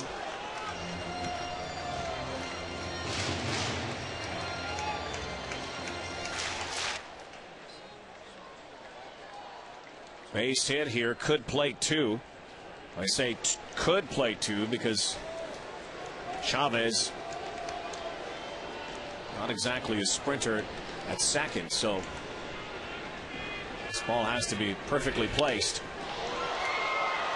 Not this time. Up in the air in the infield. 2 away. 0 for 3 is Scutaro.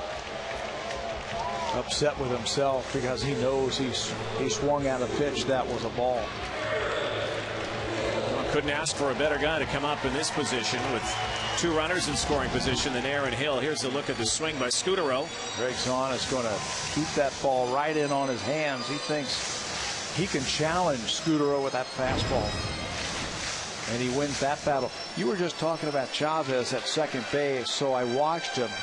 He's getting a huge secondary lead, something you have to do. When that pitcher comes set, that's your primary lead. When he starts going home, get as far off as you can. Now with 2 outs, he's going to be running on anything.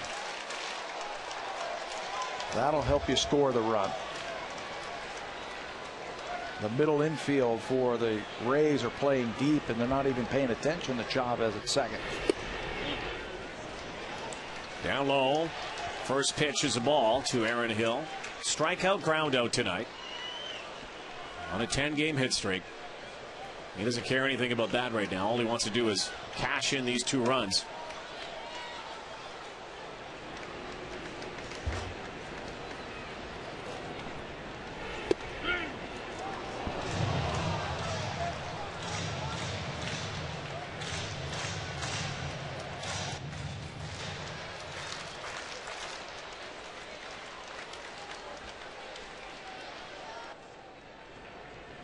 Chavez creeping up.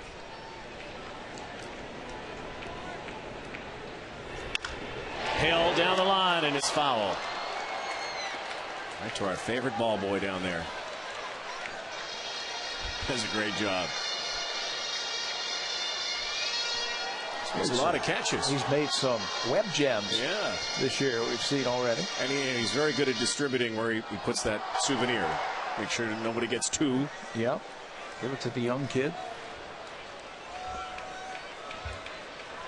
Way ahead now of Aaron Hill. 1 and 2, 2 outs. First base is open. Greg Zahn went out to talk to Kazmir to talk about what they want to do, and it looks like he wants to go up with a fastball. And he does, and he strikes him out. Aaron Hill unhappy with that at bat. Kazmir, 8 Ks. We've played 5, and we've only had 2 hits in the ball game. both by the Toronto Blue Jays. Mark Zebchinski back on the hill when we come back.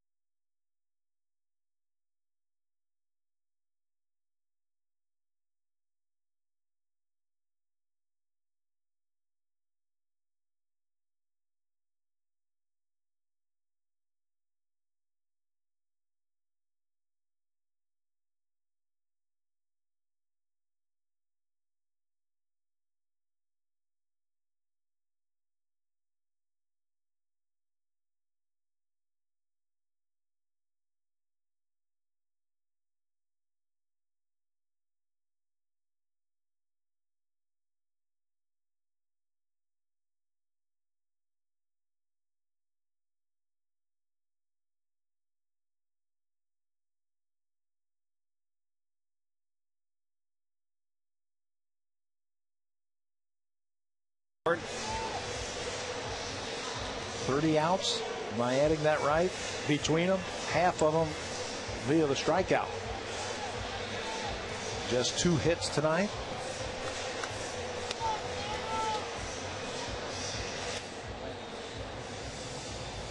Time now for our Fast Fact, brought to you by Rogers. High-speed internet, the fastest and most reliable period. Mr. Tabler, the lowest batting average for a player with 100-plus RBIs in a season, 218 by Boston's Tony Armas in 1983. Isn't that interesting that you fire that in there right now? Because Carlos Pena's up, hitting just 223. First pitch swinging. And gathering it in is Vernon Wells. So Zebchinski has Pena's number tonight because Pena has owned the Blue Jays the last couple of nights. And he's owned the month of August. He has hit 28 home runs in the month of August over the last 3 years. The most of any month, the most of any player in the big league. So keep the ball in the ballpark when he's at the plate.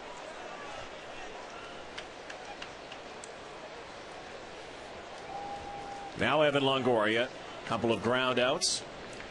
Pena has a smile.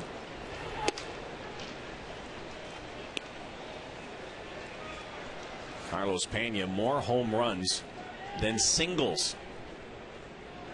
Fascinating number. It's either going out or it's going nowhere. 39% of his hits have been home runs.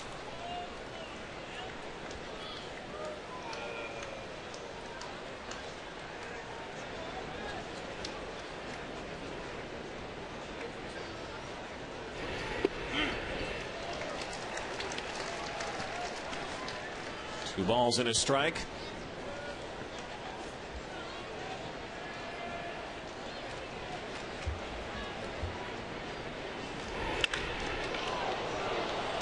Fouled down the left field line into the seats.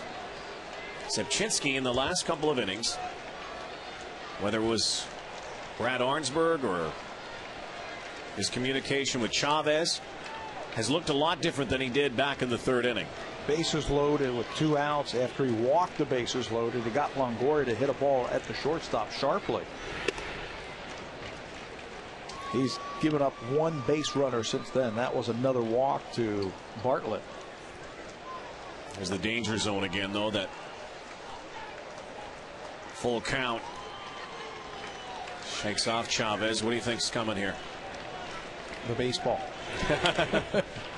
Ground ball. McDonald over to first. You know what I thought was coming. I just told you.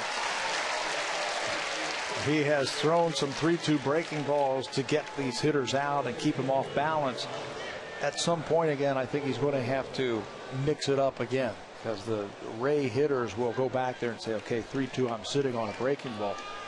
We've seen that with some of the strikeouts. Kapler on a taken third strike, right-handed batter. I think he hides the ball well.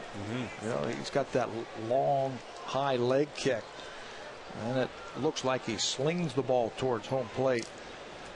That helps him hide the ball. Hadburl, and Aaron Hill can't get to it, and that's the first hit. And if anybody was going to break up a Mark Zebchinski no-hitter here in the 6th inning, it was a guy who is deadly against lefties. On base percentage up over 400. You can see why he's going to take what Zebchinski gives him.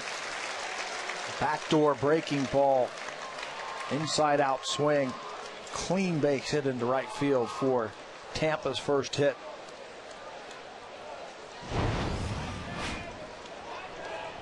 Three hits in the ball game, 1 by Tampa, 2 by the Jays. Now Gabe Kapler.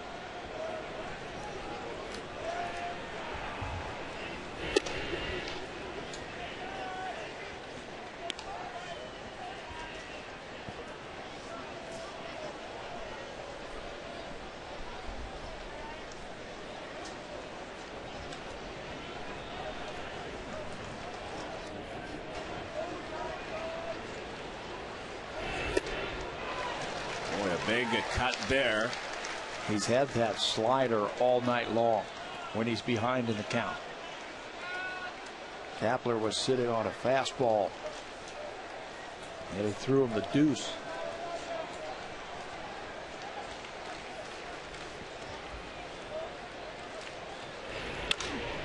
Look out. Hit hard to left field. It's flying out of here. Gabe Kapler with a 2-run home run. Mark Zebchinski no-hits the Rays for 5 2/3, and then a base hit, and then a home run by Kapler, and the Rays are on the board. Just the 5th home run for Kapler, and it's a mistake. He wants it in. It floats over the plate right into the bat of Kapler, and the Rays strike first here. See, I'm talking about what those pitches were doing. Kapler's 5th home run of the season. 77th in his career. A workout fiend. Gabe Kapler keeps himself in shape. And not bad for a guy, again, who walked away from the big leagues. He's going to manage in the minors. This is his 9th year in the big leagues. He's going to turn 34 years old next week. And another base hit here by the former Jay, Greg Zahn. So that bullpen will be up and warming. Jesse Carlson is up. 3 hits in a row after Zebchinski had thrown some zeros up at the Rays. Forget about the score. Forget about this inning. Get back to where you were pounding that strike zone. And you wonder, you know, again, a young guy, his reaction after giving up the first hit. You know, you can say whatever you want. I know there's this big curse about not talking to a pitcher and a no-hitter, yada, yada. But you still got to think in the back of your head, oh, man. And then you wonder about the next few pitches. And then if he just gets off his focus a little bit. I was thinking the same thing. But knowing him and watching how he works and his mannerisms out there, I don't think that affected him. I thought he came back. He just made a bad pitch to Kapler. He missed his spot. But also his pitch total is up there. And as we saw the numbers as he goes 3rd time through, guys are starting to hone in. And they're doing that here in the top of the 6th. He's up to a career high. 115 pitches now in the 6th inning.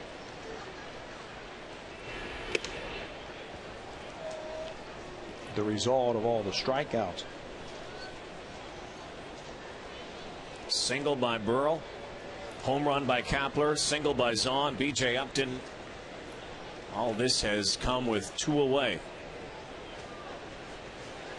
There goes Zahn. Chavez has him dead. Out. That ends the inning. No hitter broken up by Pat Burrell, and then Gabe Kapler towers one to left field. Mark Zepchinski, still a good performance here tonight. He could be done.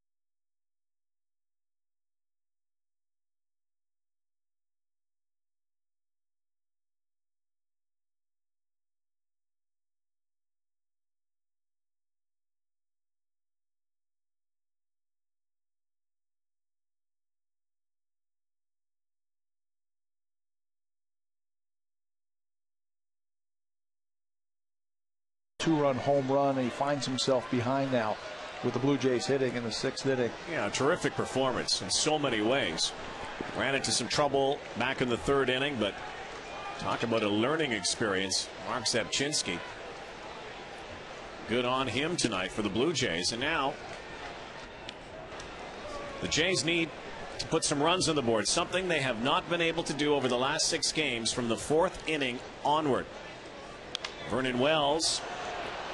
This could be playable for Pena, and he makes the play.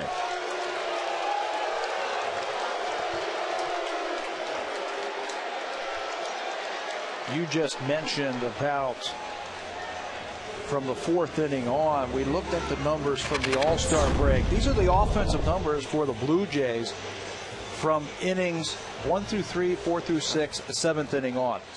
The numbers that jump out at me is from the 7th inning on, the run differential. The Blue Jays been outscored by 33 runs from the 7th inning on.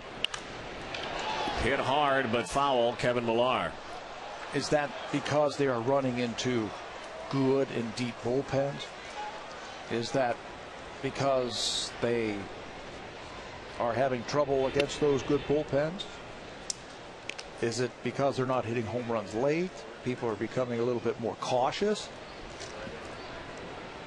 But I think that goes. Could it be pressure? Could it be, trying to do too much at the time? It could. A lot of those games too. Keep in mind the Blue Jays have been down 2 or 3 runs. It's not like they've been in a lot of close games. They were in a lot of close games early in the season.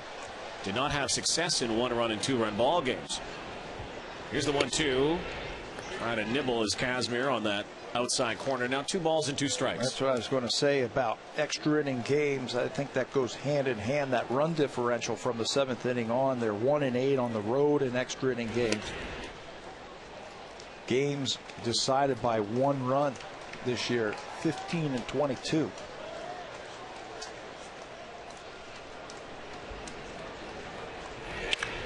Millar, liner, to left field off the bottom of the wall. Kapler races. Millar's going to have to hustle. Here's the throw, and he is safe. And Kevin Millar chips in here with a double in the 6th inning. He has had a home run against Scott Kazmir in his career, but he generates too much topspin on this pitch from Kazmir, and he can't get it elevated. Topspin, it's going to knock it down right at the base of the wall, and Kapler thinks he has a shot at Millar at second base. Throw pulls Zobrist off a little bit. Good hustle by Millar. Stretches it into a double. And a chance now for Ruiz to knock him in. Ruiz is 1 for 2. I used to love watching Larry Walker, albeit out in right field, on liners like that. When he'd fake guys out, kind of look like he's going to catch the ball or look like it was way over his head, kind of feigning that it was a home run, and then he'd come up throwing. He was one of the best at doing that. Just to put a decoy on the runner so they would slow down, maybe go into their home run trot thinking that it was gone. He was brilliant at that. That was like watching Carl Yastrzemski play the Green Monster in Boston.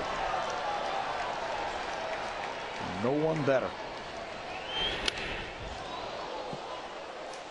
Let's take another look. Kevin Millar, close play. Goes into the bag. Zobrist with the tag. Too quick for the eye. Remember, too, that the umpires, only a 3-man crew right now, can't be in that position all the time. But Millar's there, and the Blue Jays will take it. He's got to stay to the inside. And watch how the umpire is blocked off right there. He can't tell if he's off the bag or not. There's the tag from Zobrist, but Millar quickly got his left hand back in. 2 balls, 2 strikes. Now 3-2 to Ruiz. Jose Bautista is next.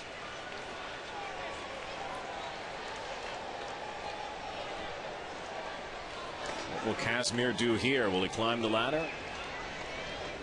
Will he go off speed?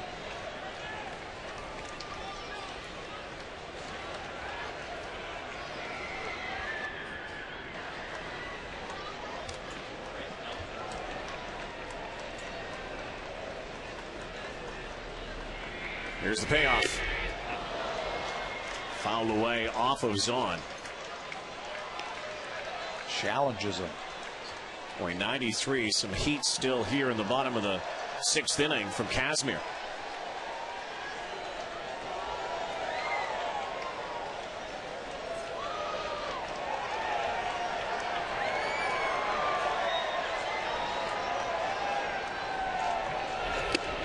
And challenges him again. And there is out number 2. Ruiz striking out twice and talking to himself. 9 strikeouts now, Tabby, for Scott Kazmir. He might not be a big guy, but he has a good arm, and he can get you out at the top of the strike zone with a good fastball, and he does that right here against Ruiz. Fastball got by him for the strikeout. Bautista 0 for 2.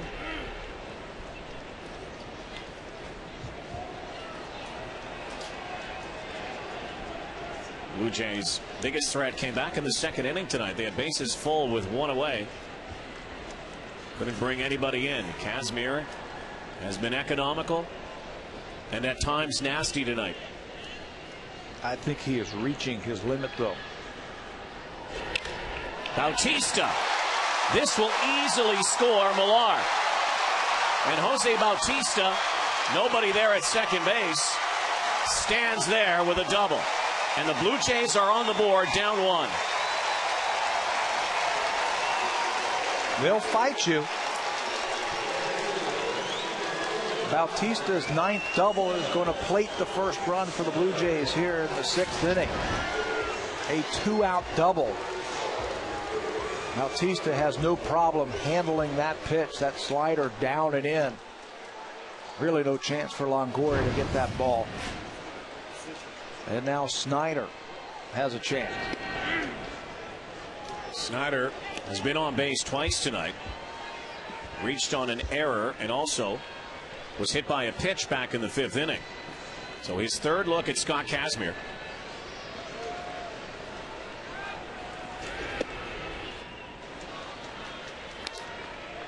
Snyder with his 6th home run in the 7th inning last night.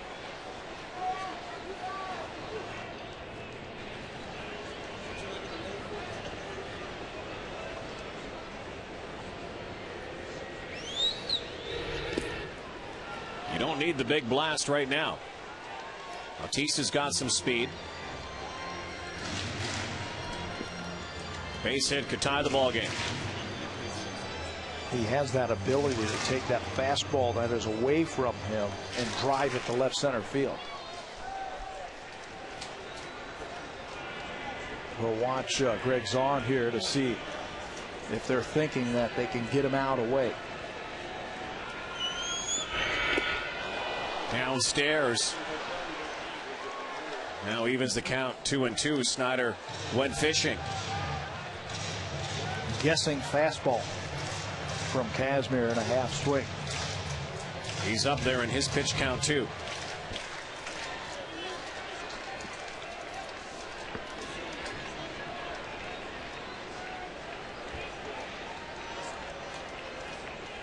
Big pitch here. 2-2. And another umpire gets nailed here tonight. Tom Hallion is down, and he is in some serious pain.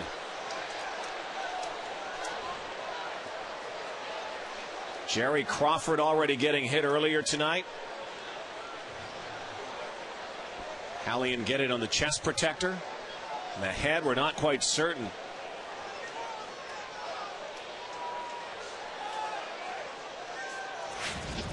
We'll see here. I think he crosses up Greg Zahn, and he doesn't even get a glove on it.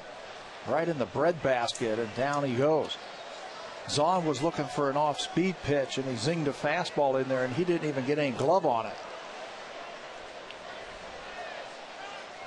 Wow, look at this.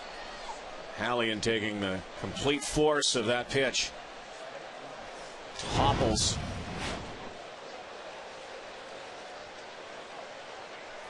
You can only hope that some of that protection was there.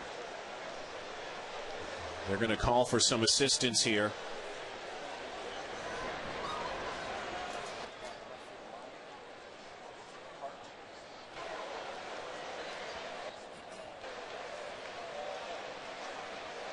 Looks like they are talking to him. Both athletic therapists.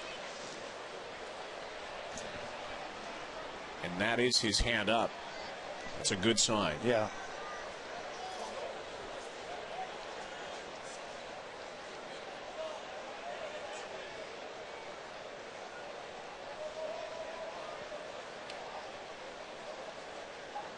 Man, that is something you just hate to see. From the reaction that we saw in that replay, I don't think it hit his chest protector. It doesn't go all the way down like a catcher's chest protector that goes down below the waist. Maybe more in the stomach area? Yeah, that's what I think. I hit him in the...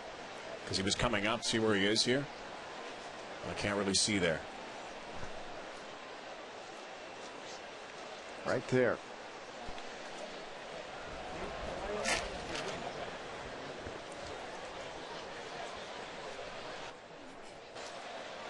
Snyder striking out. Just like right in the mid-chest area. Yeah, the breadbasket area right there, the breastbone. Wow. And they're at least bringing him a little more upright. You know, umpires take the brunt of criticism. That is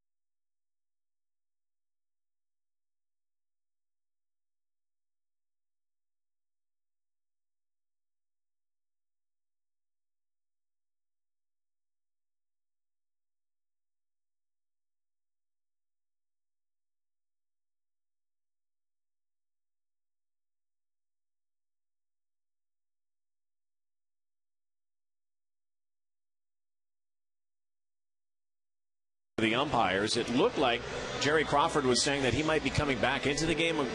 Can't really, that's only speculation at this point. Crawford left earlier, the home plate umpire tonight. He's the crew chief. We saw Jim McKeon there, the Canadian umpire's supervisor.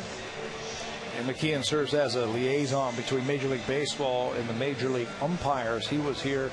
That was him in the background in the dugout of the Tampa Bay Rays.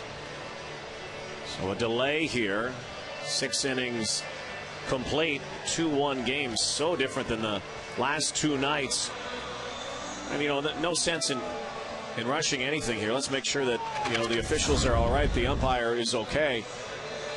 10 strikeouts for Scott Kazmir in this game.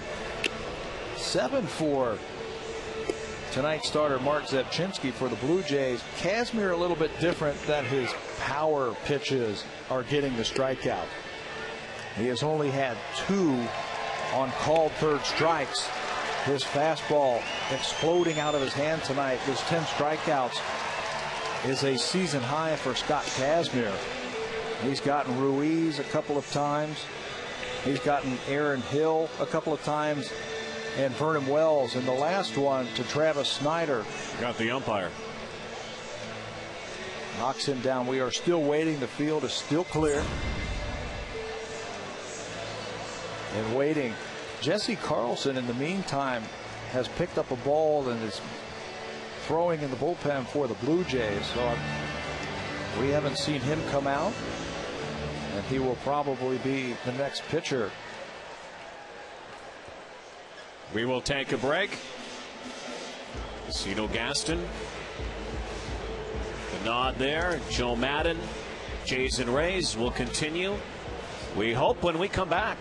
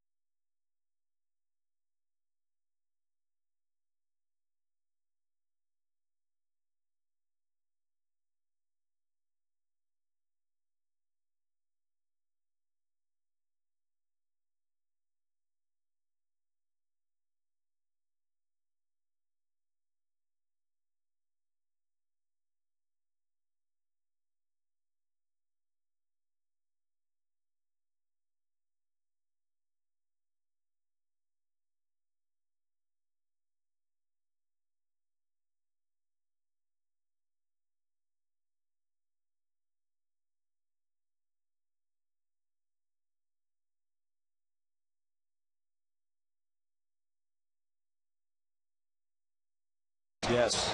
for the umpires. You'll be arguing with them.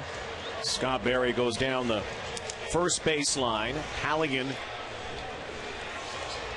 right out to shallow left field right now to talk to Scutero now too. He'll play the third baseline, and Brian O'Nora will be behind the plate. So those kind of strange nights where we see two umpires get hit by a pitch. Crawford earlier, Halligan, and so Jesse Carlson comes into the game down 2-1 here in the 7th inning. There are the numbers for Carlson.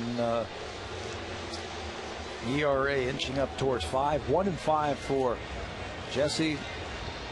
Pitched against Los Angeles a couple of days ago. Had 3 strikeouts. 3 of the 4 batters he faced, he had strikeouts. In that game, he had his good slider working. So he's had some rest. He's had 3 days between starts or between outings.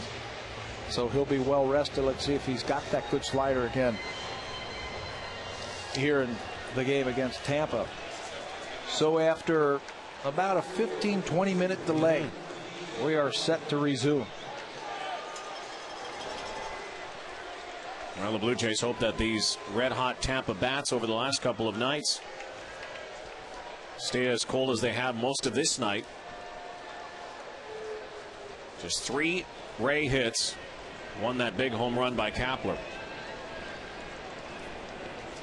B.J. Upton leads off here, followed by Gabe Gross.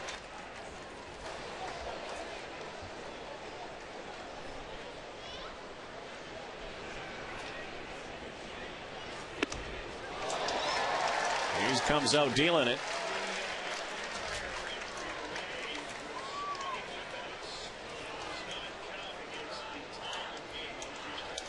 "21 minutes," we hear. The delay does not count against the time of the game. Well, theoretically, that's how long the game's still going to go.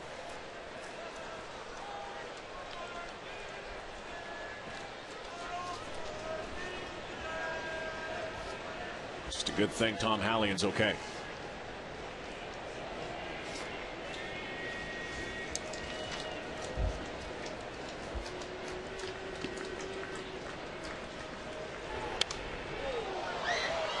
I know you have felt that, what it's like.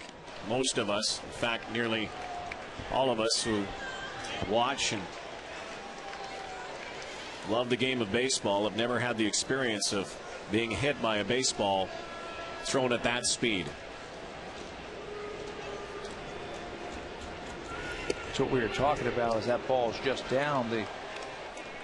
You watch it on TV or you come to the ballpark and you watch, and you don't get a true feeling of the speed of the game unless you're down on the field.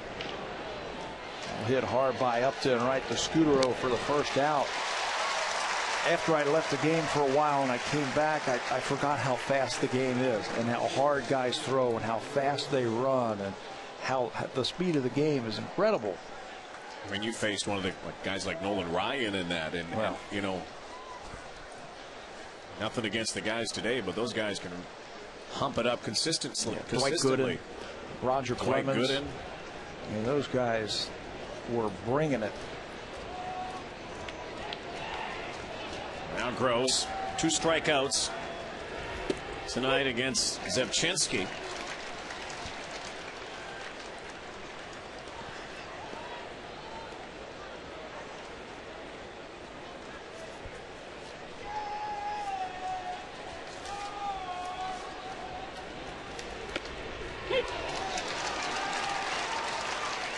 Carlson has his good breaking ball, it looks like.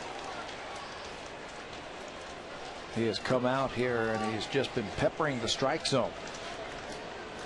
Left-handers hitting .272 against Jesse Carlson this year. He leads the club with 8 holds.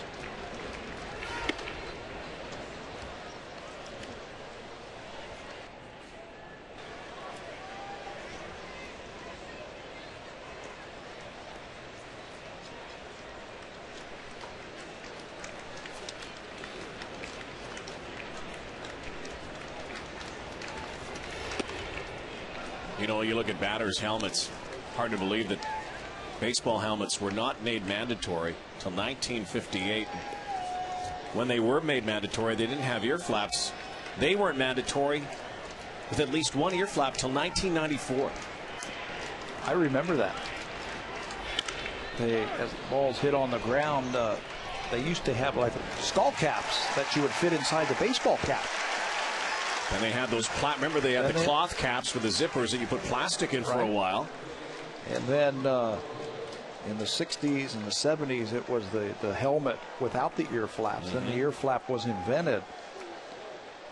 And I'm not sure the exact year when it became, everybody had to wear it, but it was grandfathered in. If you wore a hat or a helmet without an ear flap, Tim Raines comes to mind. When he was playing, he did not have to adhere to it. But if you came into the big leagues after a certain year, you had to start wearing it. Of course, the base coaches now wear it after the tragic death of Mike Coolbaugh. Yes. They now wear them. It's George Hendrick.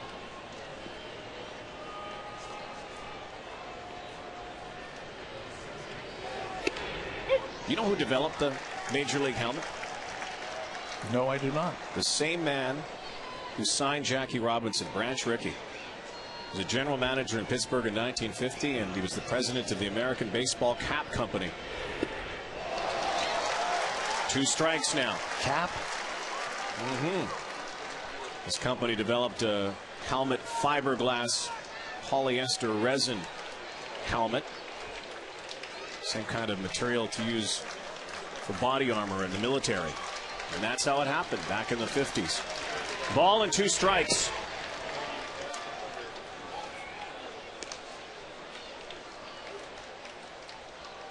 I could not imagine going up there without a helmet. No. Think of the intimidation factor that some of the pitchers had in the olden days when there was no helmet and they brushed you back.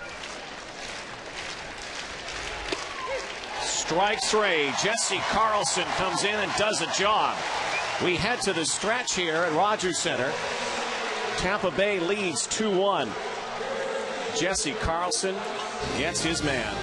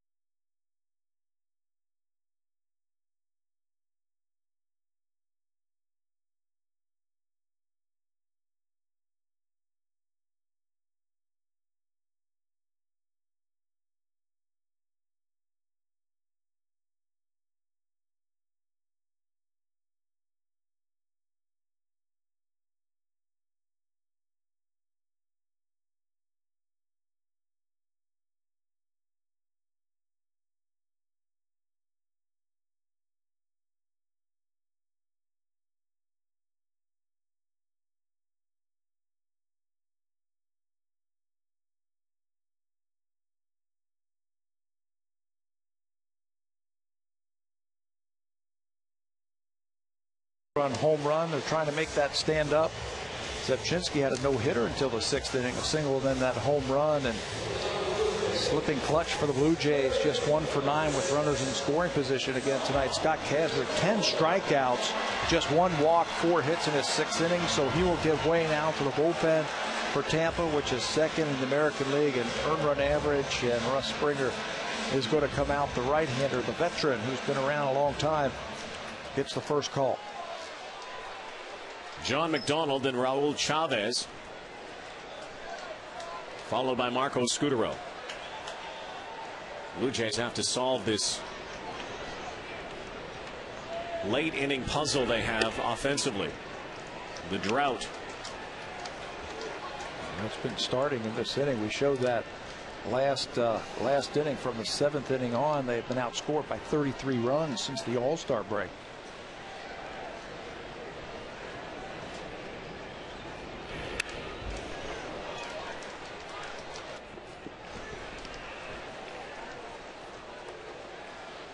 One thing they do have, though, on the bench, they have some options.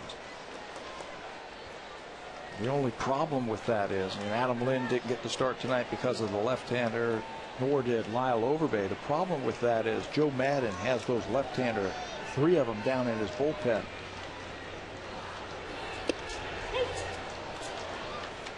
Ball and 2 strikes. Longoria kind of pinching in there when he saw McDonald square up. Springer's been around a long time.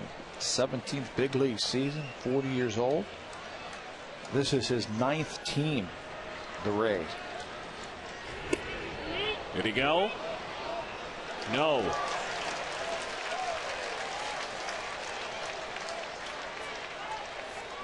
Says Scott Berry. Started the game on third base, now over at first base. Tom Hallion, who started at second, went behind the plate, now at third base. Brian O'Nora, who started at first base, now behind the plate. You got all that? I've never had to scratch out so many umpires. I'm telling you. And it's such a rarity now. You know, one of the things we've had, though, we've had 3 home plate umpires in this game. And we still only had 7 hits and pretty consistent strike zone. I didn't even think about that, but you're right. Jerry Crawford started back there. Hallion and now O'Nora. Popped up, playable for Pena.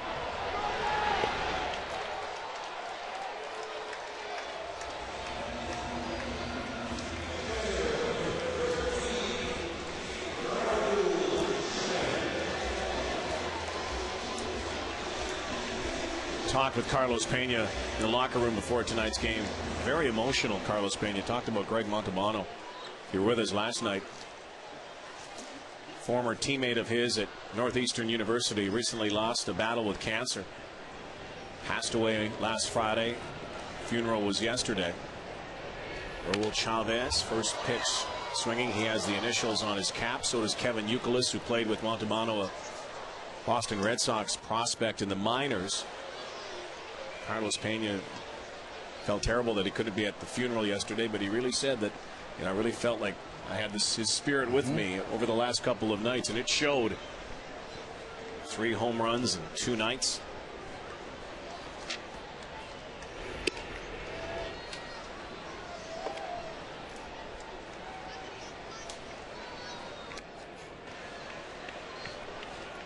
You're always looking for additions to your bullpen this time of the year to help you get into the playoffs or pitch into the playoffs. We saw Boston yesterday make a move to get Billy Wagner. What do you think about that move? And I know Billy Wagner is not the Billy Wagner from a couple of seasons ago. Billy Wagner can still throw hard. I saw him pitch 2 days ago. I guess his first day off the disabled list. He was still throwing his fastball 94 miles an hour. They needed one more left-hander, I think. But see, Boston's different from everybody else. Well, not everybody. You can throw the Yankees in there and the Dodgers, some other clubs that have the kind of money that they can pay a Billy Wagner to finish it off. Red Sox at 72 and 53. These are the wild card contenders. Joe Madden says it must be nice to have that kind of dough to spend on a player for the last 6 weeks of the season.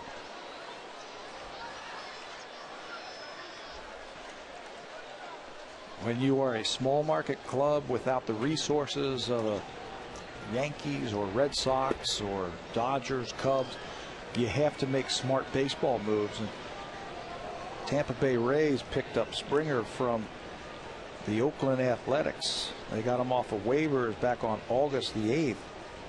He has made 9 appearances for Joe Madden out of that bullpen, and 7 of them have been scoreless.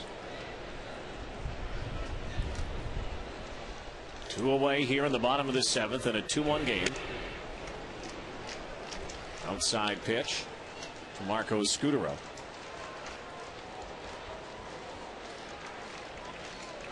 It will be interesting to see the tack now in the late innings from Cito Gaston and the Blue Jays in a low-scoring ball game and a tight one, should they start to get some base runners.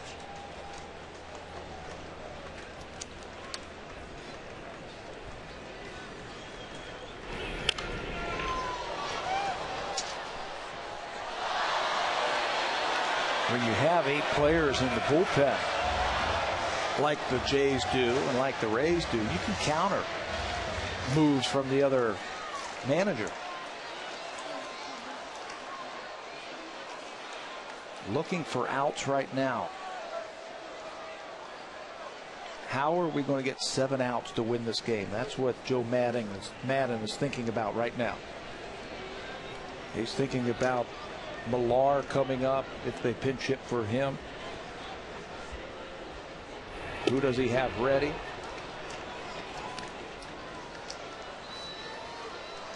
A lot of things happening right now in a 1-run ball game from the 7th inning on.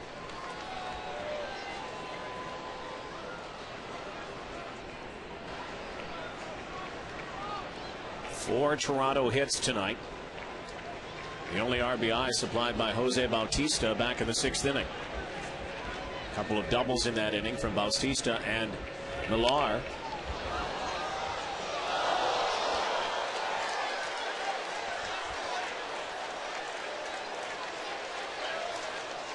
Blue Jays just try to find a way to beat the devil. I want to call them the Devil Rays still. Beat the Rays, who got rid of the devil.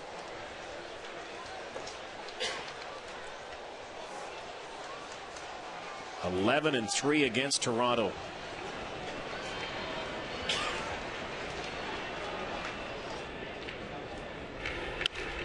Scutaro trying to launch there. And the chase is on. Who's going to win it?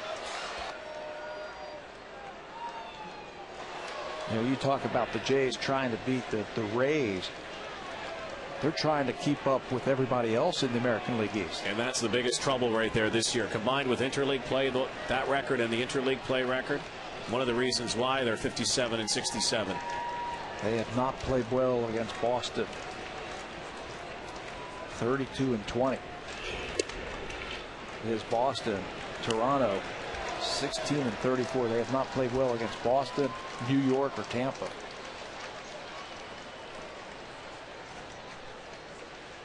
So Scutaro does what he does best, work the count. Trying to get on base. Aaron Hill on deck.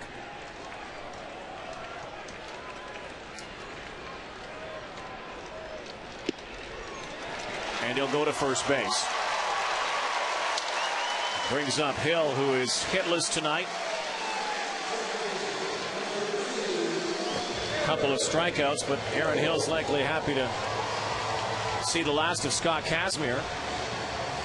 Now to face Springer. He pitched him tough. Scutaro, last 45 games, only 3 games he hasn't reached base. That's the first time tonight with a 2-out walk. Get on any way you can for the middle of the lineup.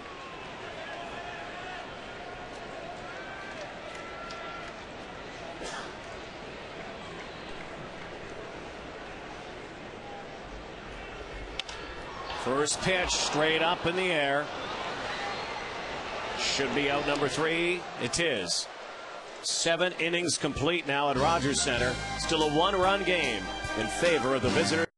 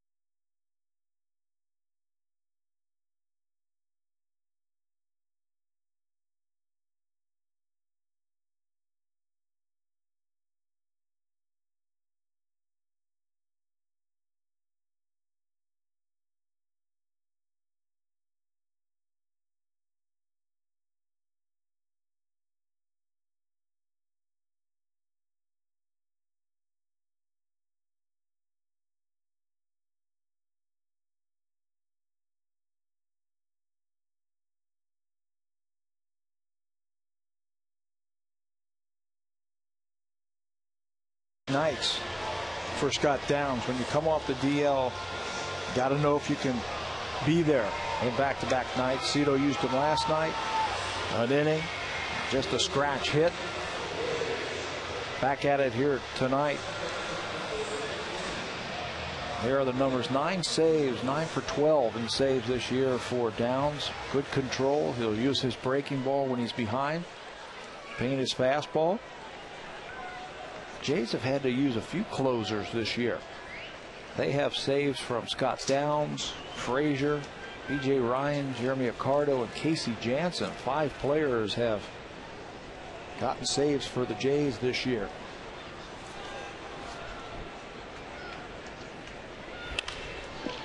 Up the middle, Scutaro has to hurry, turns, and no play. Van Zobrist is very quick. He runs everything out and he plays the game hard. His on-base percentage over 400, the second time that he's been on tonight. We'll set the stage for Pena. First pitch fastball. They have hit Scott Downs this year, have Tampa Bay. Zobrist. Nobody knows better. If you've hit it hard enough to get it into center field, he knows that he didn't get all of that, so he hustles hard out of the box. If you're a baseball fan, you got to love this guy. If you're a Rays fan, guy who hustles on every single play. He hit the ball last night that looked like a double play ball to McDonald to Scutaro. They turned it quickly. They did everything right. He just came out of that box hard and beat it out. Carlos Pena here in the 8th inning with 1 on, 0 for 2 and a walk. I want to see, excuse me, Blackie, I want to see a ground ball to Aaron Hill. I want to see how the Blue Jays are going to turn it with this defense that they've put out there.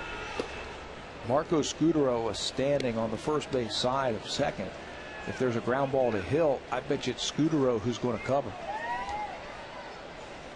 That's the third baseman, John McDonald, who is respecting that side. Pena will drop down a bunt. He'll do it against a left-handed pitcher, so McDonald is not moving around like we have seen him earlier tonight. He's got to respect Pena's ability to bunt for a hit, and we've seen him do that this year. He has 4 bunt hits. Now, some people would say, go ahead and bunt. Better than a 2-run home run. If you want to bunt, take the bat out of your slugger's hand, that's fine. Well, not with that swing. And now with 2-1 count, he'll show it early in the count, that bunt. And they will shift around now. McDonald playing just about straightaway shortstop now. Look at the change that he has played. He'll probably take the double play ball now.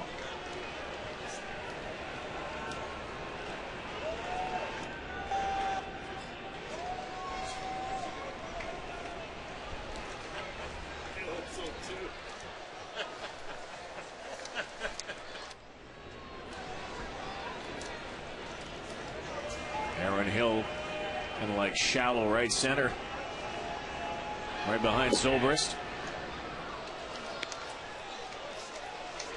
3 balls and a strike to Pena. Carlos Pena, as we've seen too, he'll take his time, does those gloves up, step in and out of the batter's box.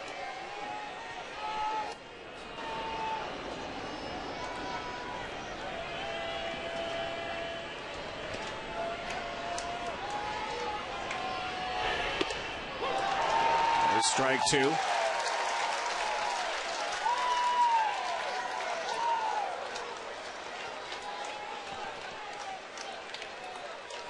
Evan Longoria on deck.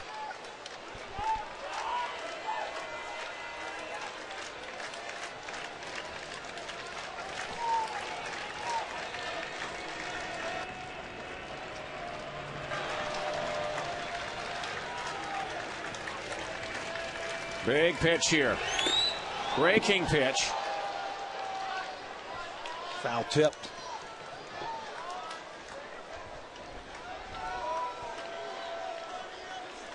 Reset it again.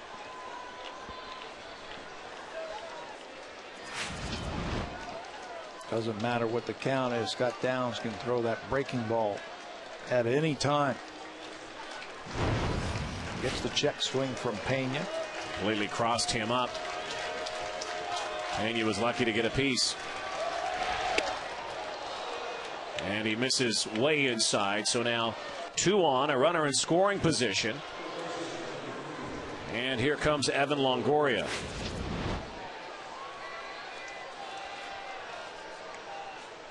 Just couldn't get out and finish that breaking ball that time. Went around it instead of out on top. Stay on top and break it into the strike zone. So trouble now. The first 2 batters reach here in the 8th inning. A single and now a walk. And 2 big right-handed hitters coming up in Longoria and Burrell. Good news for the Blue Jays is that Longoria has been struggling lately. And 0 for 3 tonight. The bad news is that he might be due. That's exactly what I was thinking. Good hitters, you can't keep them down for long. 24 home runs, 88 driven in this year for Longoria.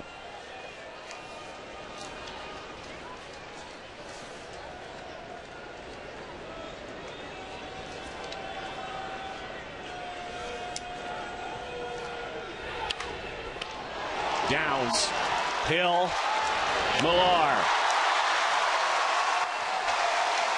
Double play. That's how you do it. You face a good hitter in Longoria, you make him swing at your pitch. Downs gets him to do that. A 1-4-3 double play. Away, cuts it off, and now the pitcher is taught, you're not throwing to a guy, you are throwing to the bag. Throws it right over second base, gives Aaron Hill a good feed to finish off the double play. Zobrist does advance to third base, but 2 away now. Pat Burrell, who got it started back in the 6th inning, broke up a no-hitter, 5 2/3 by Mark Zepchinski, and then came home, trotted home after Gabe Kapler took him deep and out. And again, a guy who owns left-handers.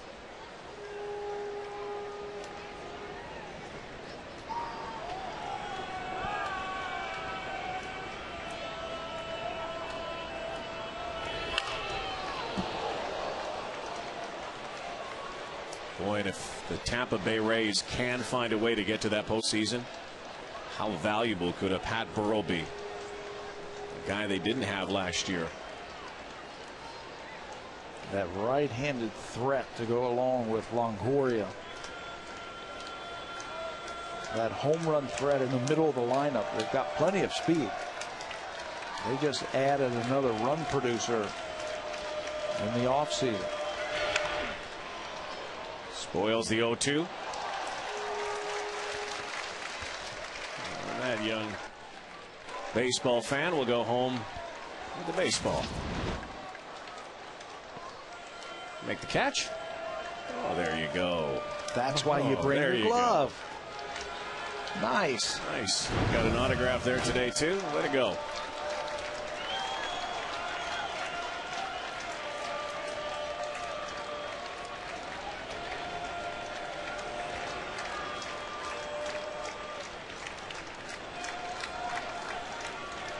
If you're just joining us,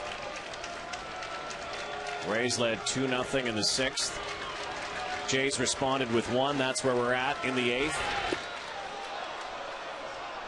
21-minute delay. We've had our 3rd home plate umpire tonight. Jerry Crawford hit earlier, left the game. Tom Hallian was hit, left the game temporarily.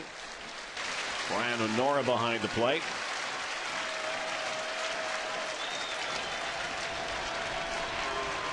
The 1-2 pitch. Foul away again, and this I think the umpires have a bullseye on them tonight. Yeah. They are magnets. Our 3rd home plate umpire, that's Brian Honora, and I think he gets one right off the face mask also. That's what you get when you sign up for this job. Are they? He's saying, I'm not leaving. No, I'm okay.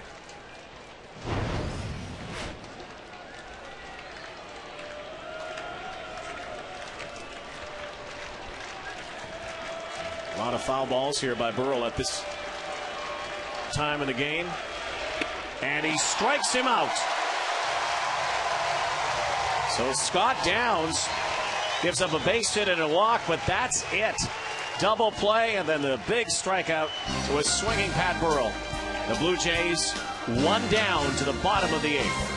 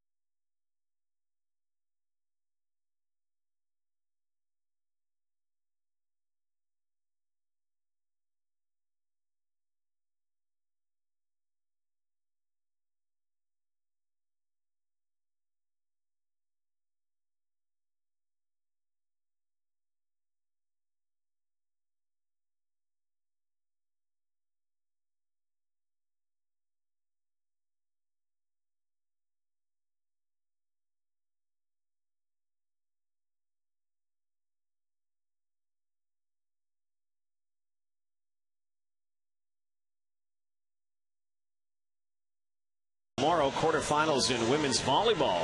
See that from PEI, and congratulations to all those young athletes from across our great nation competing in Canada's Summer Games. Coverage tomorrow on TSN. Our coverage tonight, Rogers Blue Jays baseball on TSN, takes us to the bottom of the 8th in a game that has been atypical of the first two that we've seen this week. Those were good games for the hitters, but this has been a pitcher's duel. Grant Balfour is going to come in now for Joe Madden to pitch the 8th inning. Balfour, fastball. He'll use it at the top of the zone. Occasional curveball. He is always attacking. This season against the Blue Jays, he has thrown 5 1/3 innings, a batting average of .238, and he has 7 strikeouts. Leads the team when holds with 14. He throws hard. He's got a good breaking ball. First batter he will face will be Vernon Wells. Balfour's been so good at attacking the strike zone. He has not issued a walk in a month. Last time he walked someone was July the 25th. How big was Scott Downs' performance in that last inning, shutting down Pat Burrell? Let's see what the Blue Jays can do now. Struggles in the late innings have really hampered them lately. And Vernon Wells' offensive struggles continue here tonight. 0 for 3, trying to bust out of it. Balfour 93 miles an hour with this fastball. You can see he likes to throw it up around the letters, so you have to be patient with him. You got to make him bring it down. It's tough to get on top of those fastballs and do anything with them. Up the middle, and it's a base hit. There you go. Get that ball down.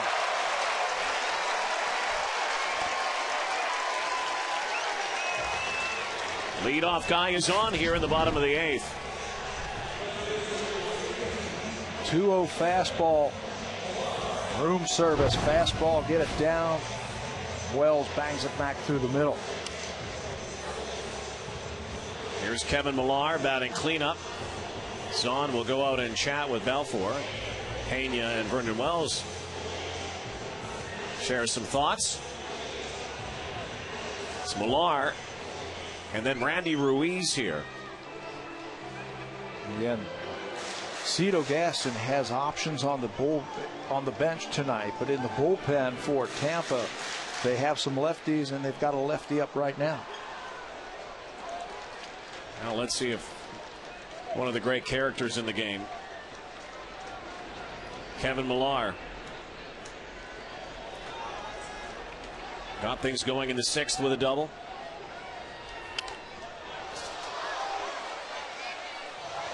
Fouls off the first pitch, scored on Jose Bautista's double a little later. Millar, who does not see a lot of action, right in the middle of all of it here tonight, right in the middle of the batting order.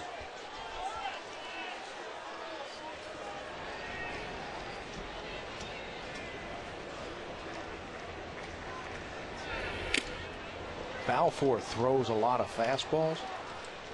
There it is right there, 94 at the top of the strike zone. Kevin Millar likes to hit fastballs. He is very aggressive with that heater.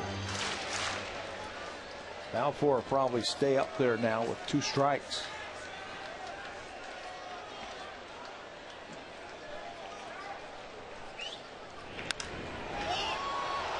Popped up, close to the stands, playable for Pena, and he makes the grab. In front of a fan who was trying to make the grab. Had to use his whole frame. You'll see some rotating from the umpires now when the ball is up in the air, if it's hit. Millar not happy with that at bat as he goes down to Balfour on a pop-up. All right, power versus power now. Ruiz versus Balfour. Get ready for a fastball. Get that front foot down, get yourself ready for the number 1. Balfour checking. The Boston Red Sox have beat the White Sox. Walk off from David Ortiz. He's been known to do that, hasn't he? The Yankees beat Texas 9-2.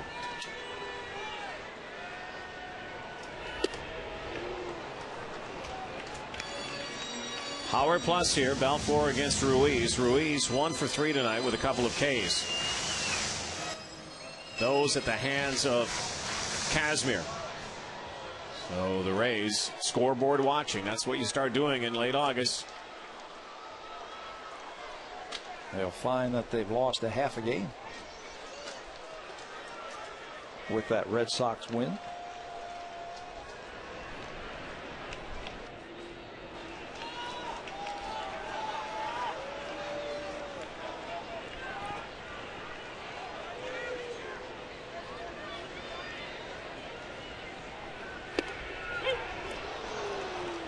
So way ahead now. The 31-year-old rookie.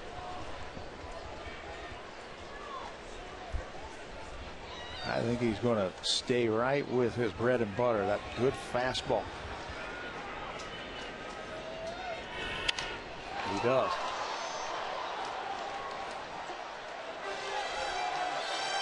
Ruiz has struck out a couple of times tonight against Kazmir when Kazmir challenged him with fastball.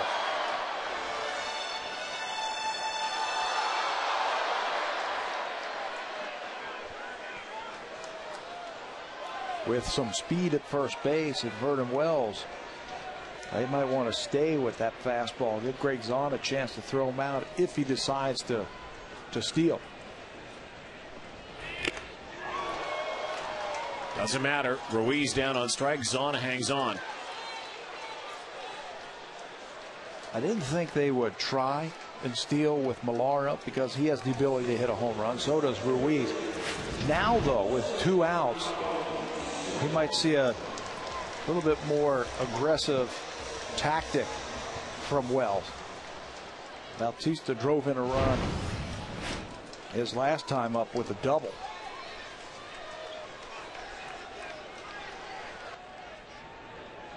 One for 3 night. Wells creeps out. 1 foot on the turf. Up high, first pitch for ball 1.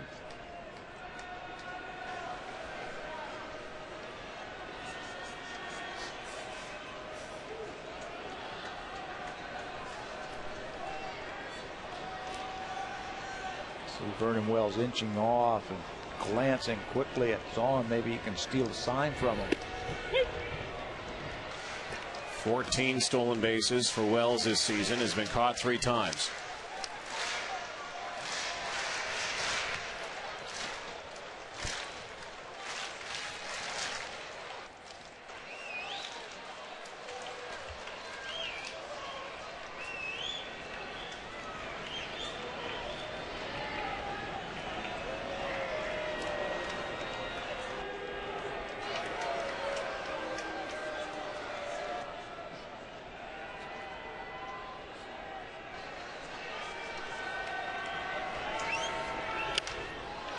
Fouled off. Oh, a ball and 2 strikes now. Seems that everything is played into the hand of Joe Maddon in the Rays the last few nights. He's been prepared for it. He's had counter moves for the Blue Jays. He's worked his bullpen nicely. They are thinking that Wells might try and steal at some point here. Not going.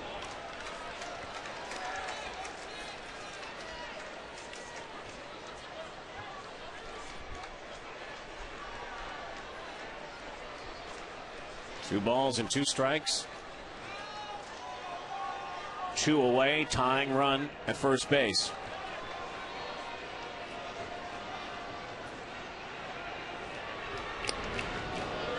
Vernon has to lunge back.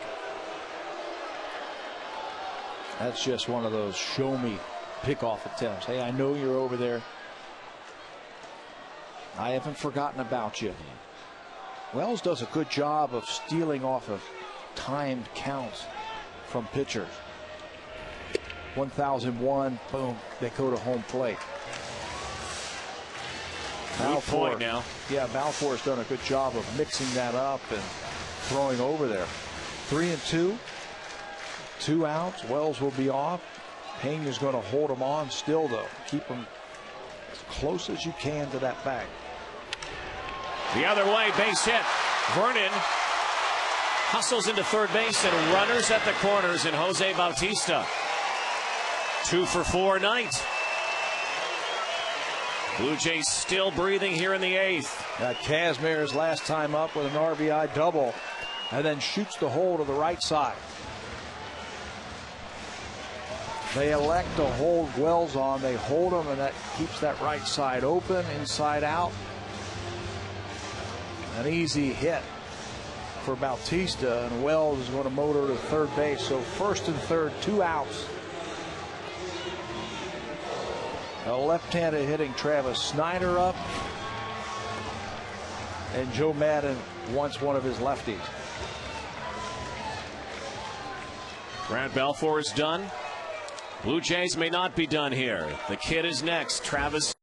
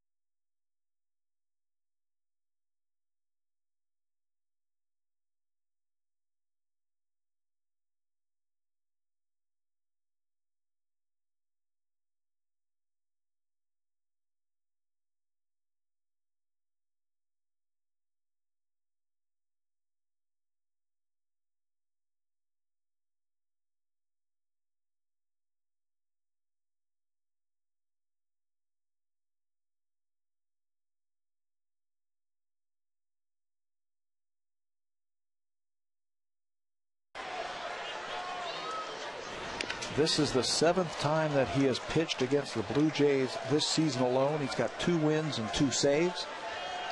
A batting average of 125. 7 innings, 9 strikeouts. He uses a good overhand curveball. And he's got a good changeup that he will use to right-handed batters. He leads the major leagues in relief innings pitched over the last 2 seasons.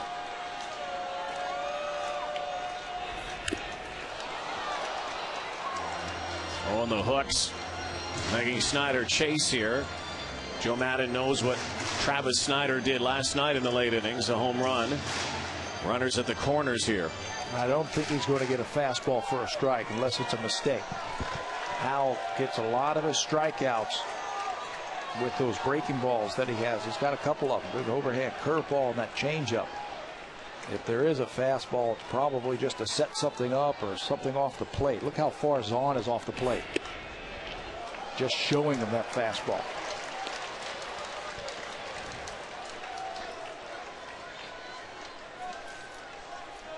Vernon Wells at third. Jose Bautista at first.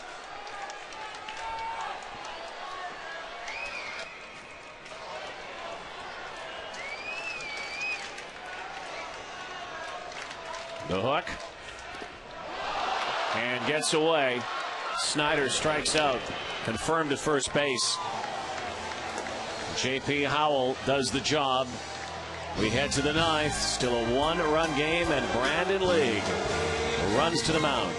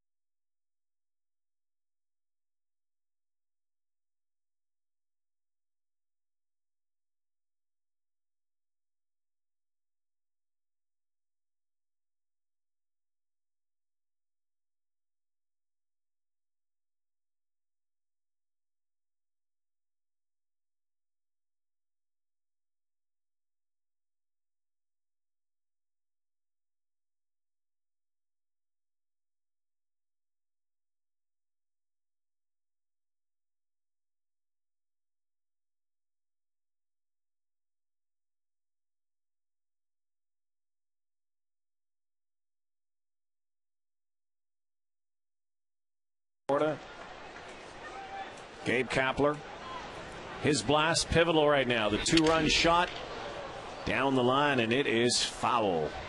Kapler, the 2-run home run off of Mark Zepchinski back in the 6th inning. He's going to try and bust him inside. You see Chavez, the catcher, set up inside, but it floats over the middle. And Kapler, the veteran, will circle the bases after that 2-run home run. Brandon League into the game now. This is the 3rd reliever that Cito has used tonight. Here are Brandon League's numbers.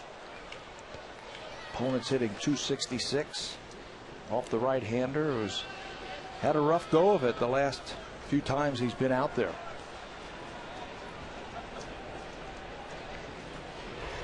If that ball, which can come out at a good velocity, is flat or not down, he can get rocked. The location has been the key for him. He talked about that in his last outing, that he needs to locate.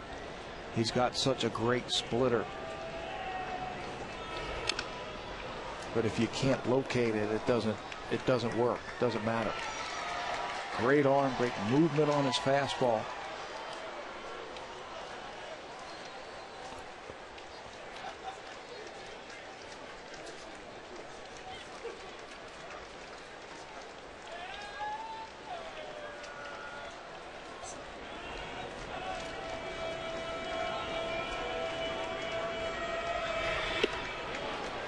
Missing inside. Lake pitched on Monday night. The 12-7 loss. First pitch out of the bullpen. Ben Zobrist for the home run. Gabe Kapler, Greg Zahn, B.J. Upton. Blue Jays trying to keep it here at 2-1. There it is. Nicely done. Strike three. Brings up Zahn.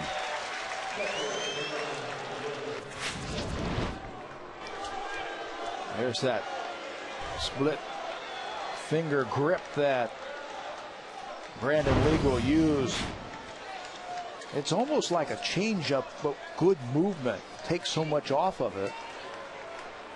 15 miles per hour off of his fastball. Drops that splitter on him.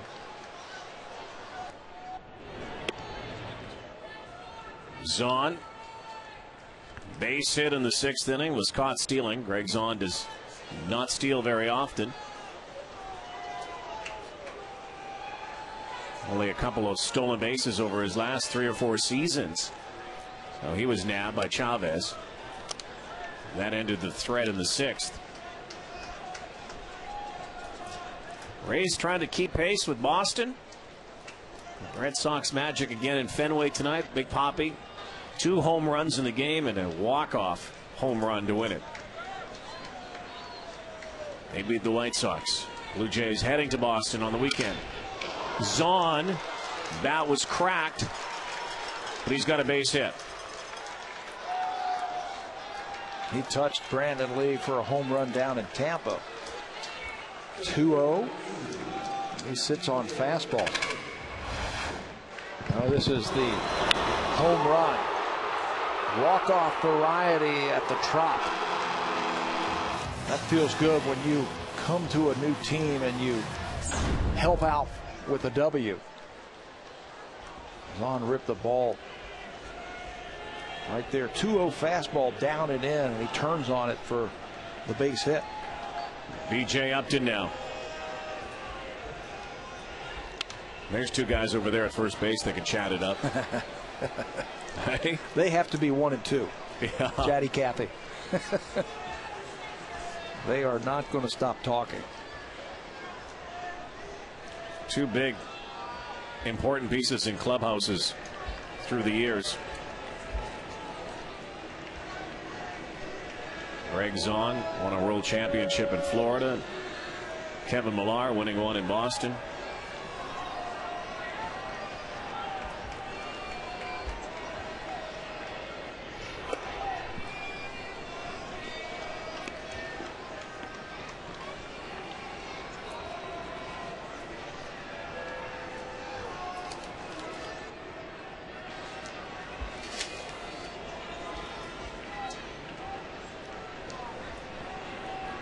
Ball on a strike.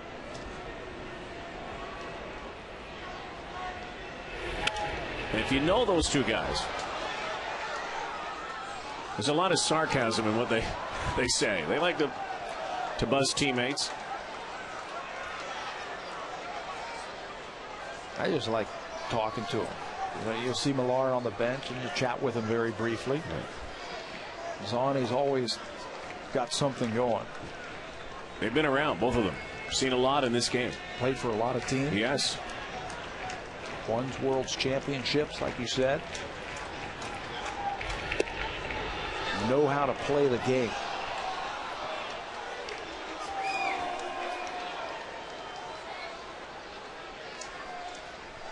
Two balls and 2 strikes to Upton.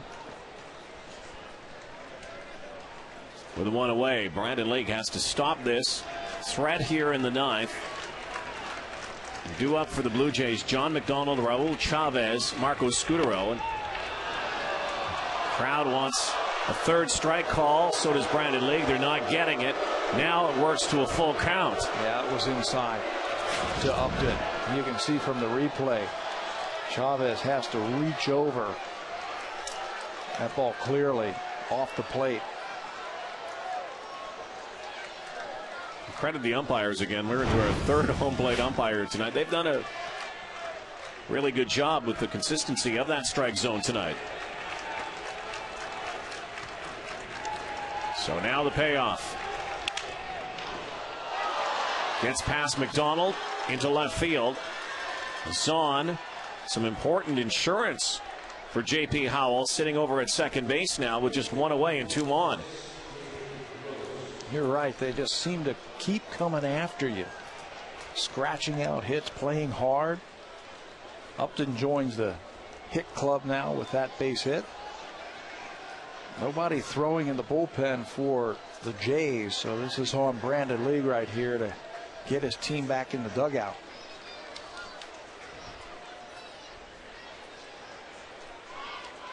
Blue Jays again trying to stop a potential sweep. The number that may come back to haunt this team tonight, the Jays, though, their runners in scoring position number just 1 for 10. That has been a constant lament this season. Gabe Gross with Zahn at second and Upton at first.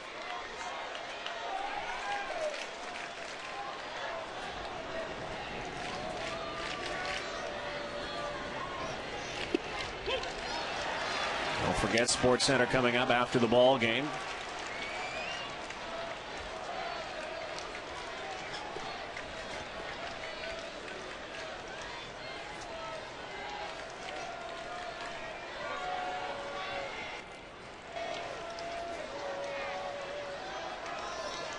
Double play ball would be perfect right now, but Upton's got a lot of flash at first, so tough to turn. Use it with that good sinking fastball. I think if you use it on the outside part of the plate, you'll get something hard on the ground. Kevin Millar, the first baseman, can't keep Upton close at first, respecting the left-handed bat of Gross. Use that fastball.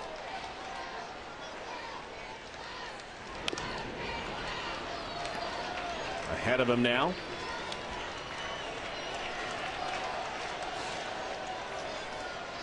Jason Bartlett is on deck.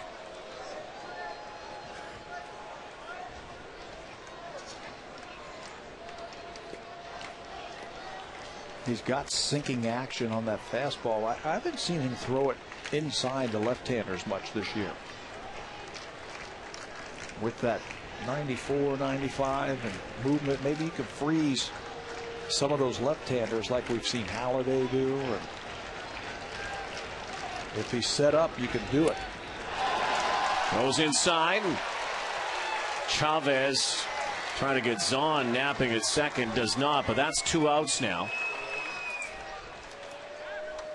It's a lot of them. A lot of his strikeouts as Gross goes down for the third time with a hard splitter.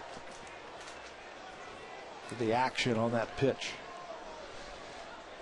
Brandon Lee can just bottle that, all that potential that he has. We've been talking about it for so many years now, and just be more consistent. Hey, when he's on, he can light up. Yankee Stadium, last time we were there, he struck out Teixeira and A-Rod and Jeter with stuff like that. Now the top of the order, 2 away and 2 on.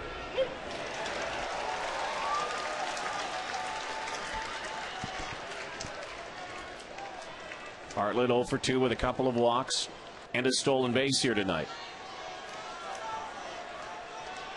Some good pop from the top of the order, though. Bartlett wasn't the leadoff guy all season. That belonged to B.J. Upton. But he's excelled since he's been put there.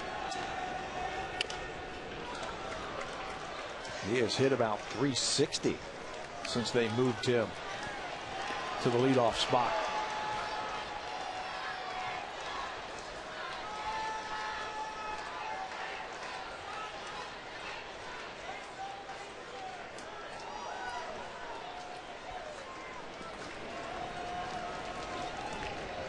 3.5-hour game already. Again, we had a 21-minute delay with a umpiring change after an injury.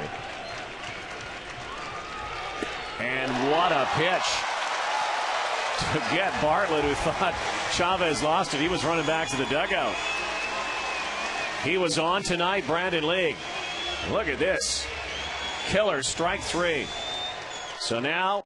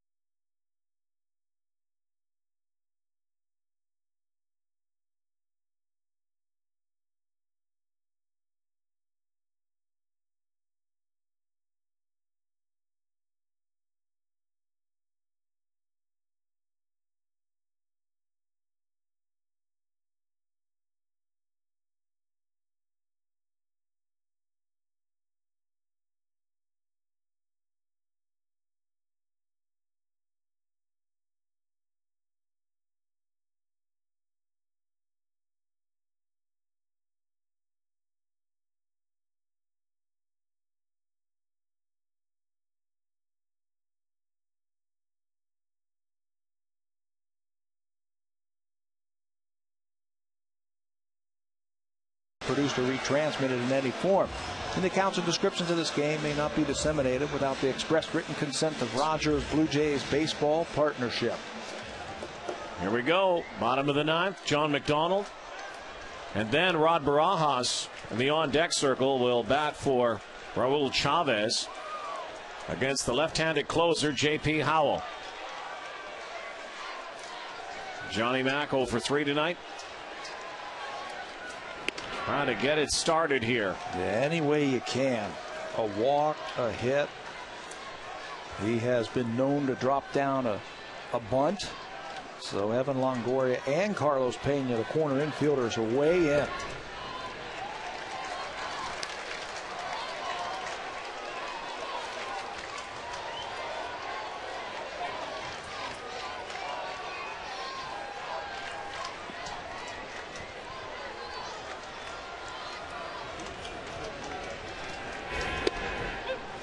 Strike 1. Hal has been tough on right-handed batters this year. Righties hitting just 154. It's because he's got a good change and curveball. He's got good action. He almost falls down like Mitch Williams. Yeah. Nobody quite fell down like him. I mean, that was like no danger of him ever getting hit by a line drive. Mitch Williams. There he is. Look at that. Look at the follow through from Howell. And it's like a dead fish up there, change up. 2-2. McDonald. It'd be trouble here, but quickly converging with Zobrist. That's out number 1 here in the 9th. Play good fundamental baseball, do the Rays. No chance for Pena to go back and catch that ball. The angle belongs to the second baseman. And with some speed, Zobrist quickly gets over there. Pena peels out of the way and makes an easy catch for out 1. So Rod Barajas comes off the bench now. In a pinch here in the 9th. Down 1 run. And down to their last 2 outs. Marco Scutaro on deck. And he has some extra base pop in that bat. We've seen him hit 12 home runs this year. 16 doubles. The outfield now take a few steps back. B.J. Upton in center field, almost to the warning track. The appeal down the line. Ball one, strike one.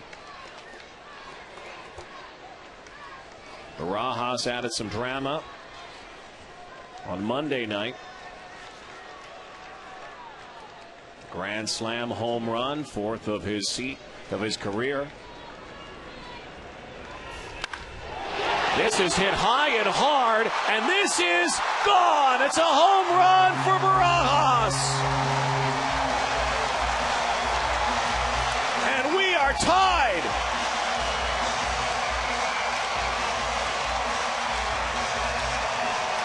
He might be the only Blue Jay who likes Tampa pitching. The grand slam was off a fastball where they had to challenge him with the bases loaded. Howe is a breaking ball specialist right in the wheelhouse of Barajas, and no doubt about it, he leans on it. He has been a good pinch hitter for the Blue Jays this year, Rod Barajas. That's his second pinch hit home run and his third hit. Now one away, the Blue Jays, maybe a chance to win it here now. Marco Scutaro, followed by Aaron Hill.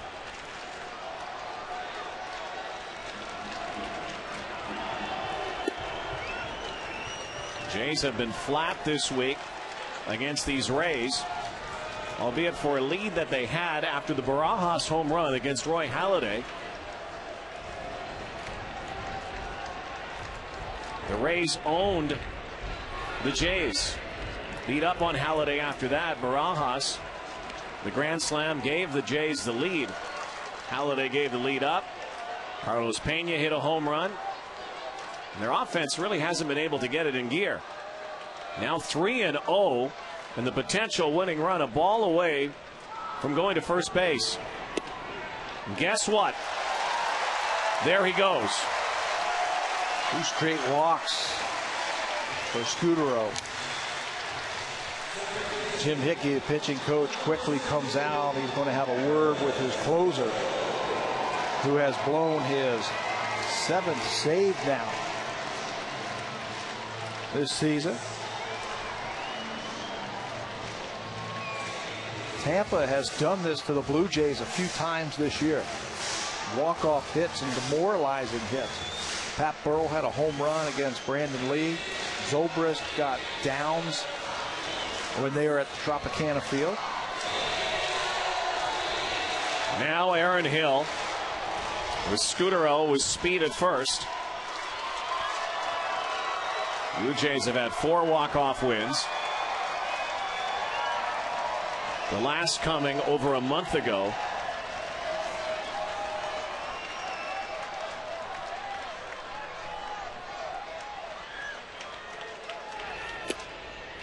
They have had a couple of walk-off hits here at Rogers Center, and it's Aaron Hill who delivered the first one. Single against Baltimore.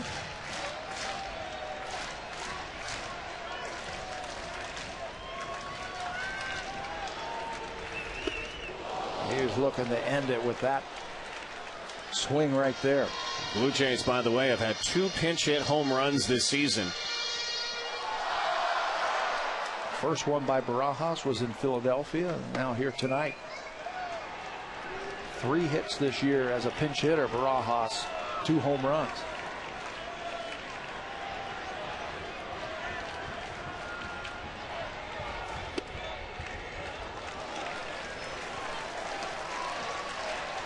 Two balls, 1 strike. He doesn't give in when he's behind. J.P. Howe. Look for something off speed.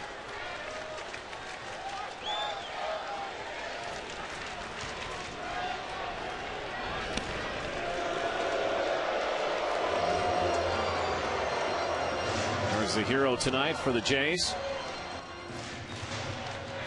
Hero so far. Need another run to win it.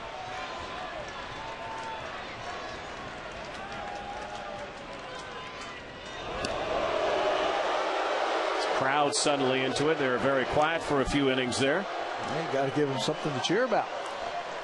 Barajas has done that. Scudero is very good at baiting the pitcher, just getting those walk-off leads at first base and get his momentum going towards the next base. He is leading and he's playing games with Howell. That's why he's thrown over 3 times. Bluffing like he's going.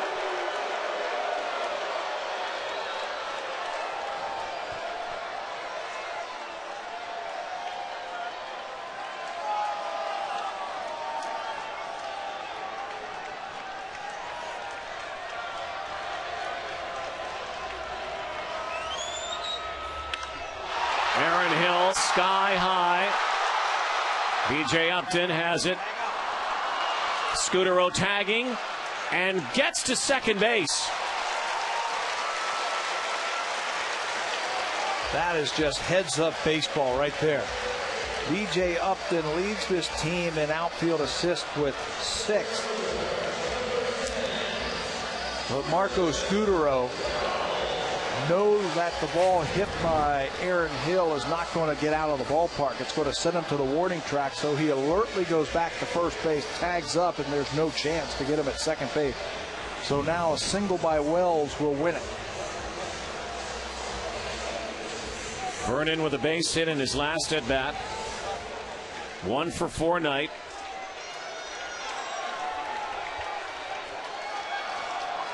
Blue Jays have not had a lot of success tonight with runners in scoring position. But Vernon can end the ball game right here.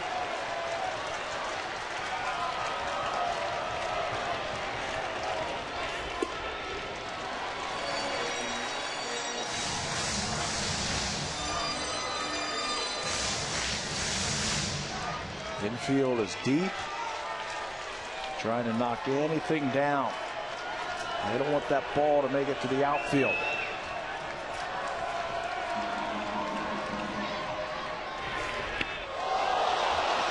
What a job by Greg Zahn. Greg Zahn.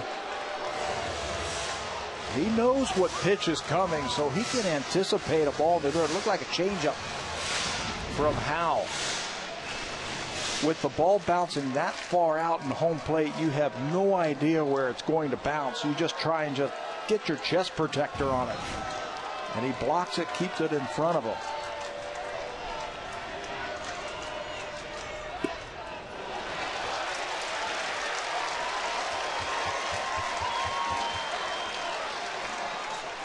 (3-0). 2 away. Winning run at second base.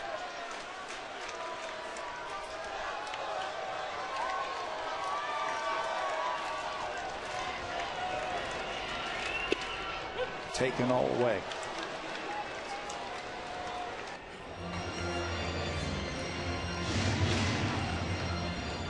Blue Jays not particularly good this season, coming from behind in the 9th inning.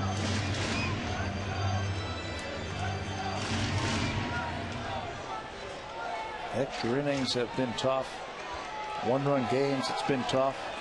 Just 1 win, trailing after 8 innings. Trying to make it 2. 3 balls, 1 strike. And a late call there from home plate umpire Brian O'Nora. Vernon Wells was on his way to first. So now a full count. 3-1. He doesn't give in. He throws a curveball. You can see a late call by O'Nora.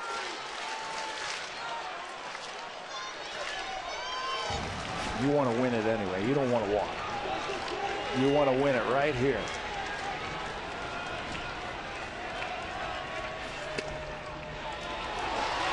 And there's the walk. Vernon Wells kind of looked back at Brian O'Nora for a moment. And so did Greg Zahn. Greg Zahn wanted it. They had him set up for that fastball. Greg Zahn wanted that. He's still talking to the home plate umpire. This was awfully close. Wow. Yeah. Wells tosses his bat, and now 2 on, but right in the middle of the plate. The big run. Maybe it was up. The potential winner is still at second. Kevin Millar. Double run scored back in the 6th. He too now a chance to win it.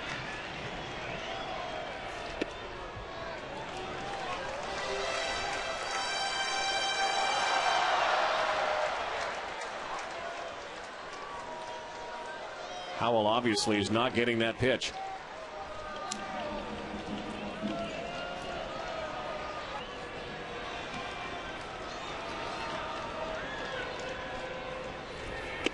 And up high. He works on deception and smarts.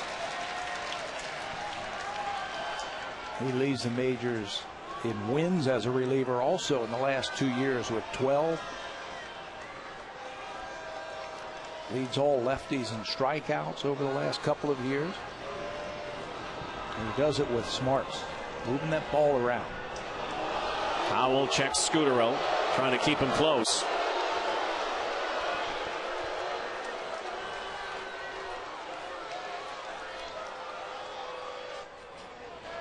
Does not want him to get any kind of head start here. Should it be a flare or a little blooper? The 2-0 pitch. And once again, Howell, 3 balls, no strikes to a Blue Jay batter. And once again, a great job by Greg Zaun keeping that ball in front of him.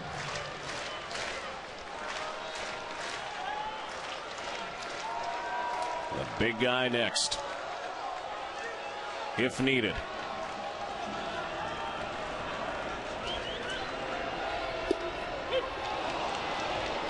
Three and 1 now. Millar trying to use some of that veteran savvy here.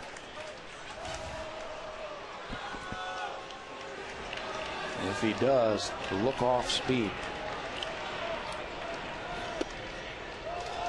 And he walked him. And now the bases will be loaded. The winning run will be 90 feet away, and J.P. Howell in big trouble here. Has already surrendered a home run to Rod Barajas to tie it. And all of the buttons that Joe Maddon had been pushing the last couple of nights, this one's not working out so far. And now Randy Ruiz, the DH. Have a plan. You've watched the last 2 right-handed batters, what Howell did to him. Have an idea what he's going to throw you. And Howell right now is just struggling to find the plate. So don't help him out. The pressure is on him. The pressure is on the pitcher to come to you. If you feel comfortable taking a strike, go ahead and take one. Bases are full, 2 away. Bottom of the 9th.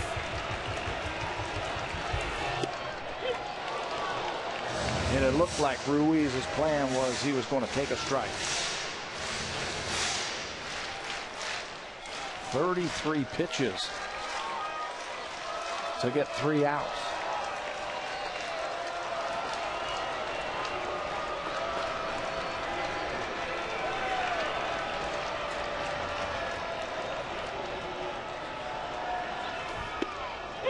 There's strike 2. Well, awfully tough now for Randy Ruiz.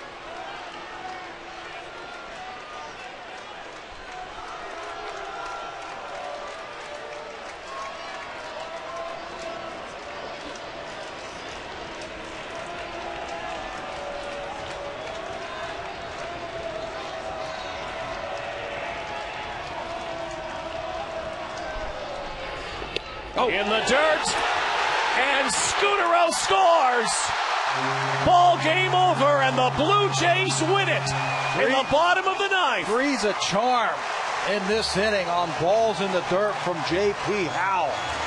Greg Zaun blocked a changeup earlier, blocked it with his chest protector. Another one that he got in front of with his glove, but there's nothing he can do on this one. When a ball's coming in and bounces that far in front of home plate, you have no idea which way it's going to do. You just try and get your chest protector on it. He can't, and the winning run will score on a wild pitch. Blue Jays walk off here with a 3-2 win on a wild pitch that gets past former Blue Jay Greg Zahn, and J.P. Howell just didn't have his stuff, and maybe it affected him coming in the 8th inning as well, but giving up the home run to Barajas, loading the bases, and the wild pitch scores the winning run. He usually has great command, but not in the 9th inning. So TSN's turning point tonight.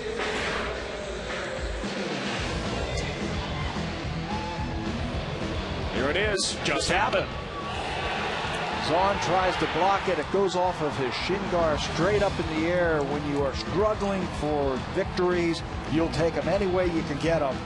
And that's exactly what happens for the Blue Jays here in the 9th inning. Blue Jays have only had 4 wins over their last 14 and prevent the sweep by the Tampa Bay Rays, who lose ground in the wild card race tonight. Brandon Lee gets the win, 2-5. J.P. Howell, this one's on him. When it looked like he would have the save, loses the ball game. Gabe Kapler a home run. Rod Barajas, the big shot that tied the game. Pitchers duel for most of this game. Mark Zepchinski had a no-hitter into the 6th, broken up by a 2-run home run. But the big home run, then the wild pitch, and the Blue Jays win it in the bottom of the 9th. For Pat Tabler, this is Rod Black. Good night, everybody, from Toronto. Sports Center coming your way right now.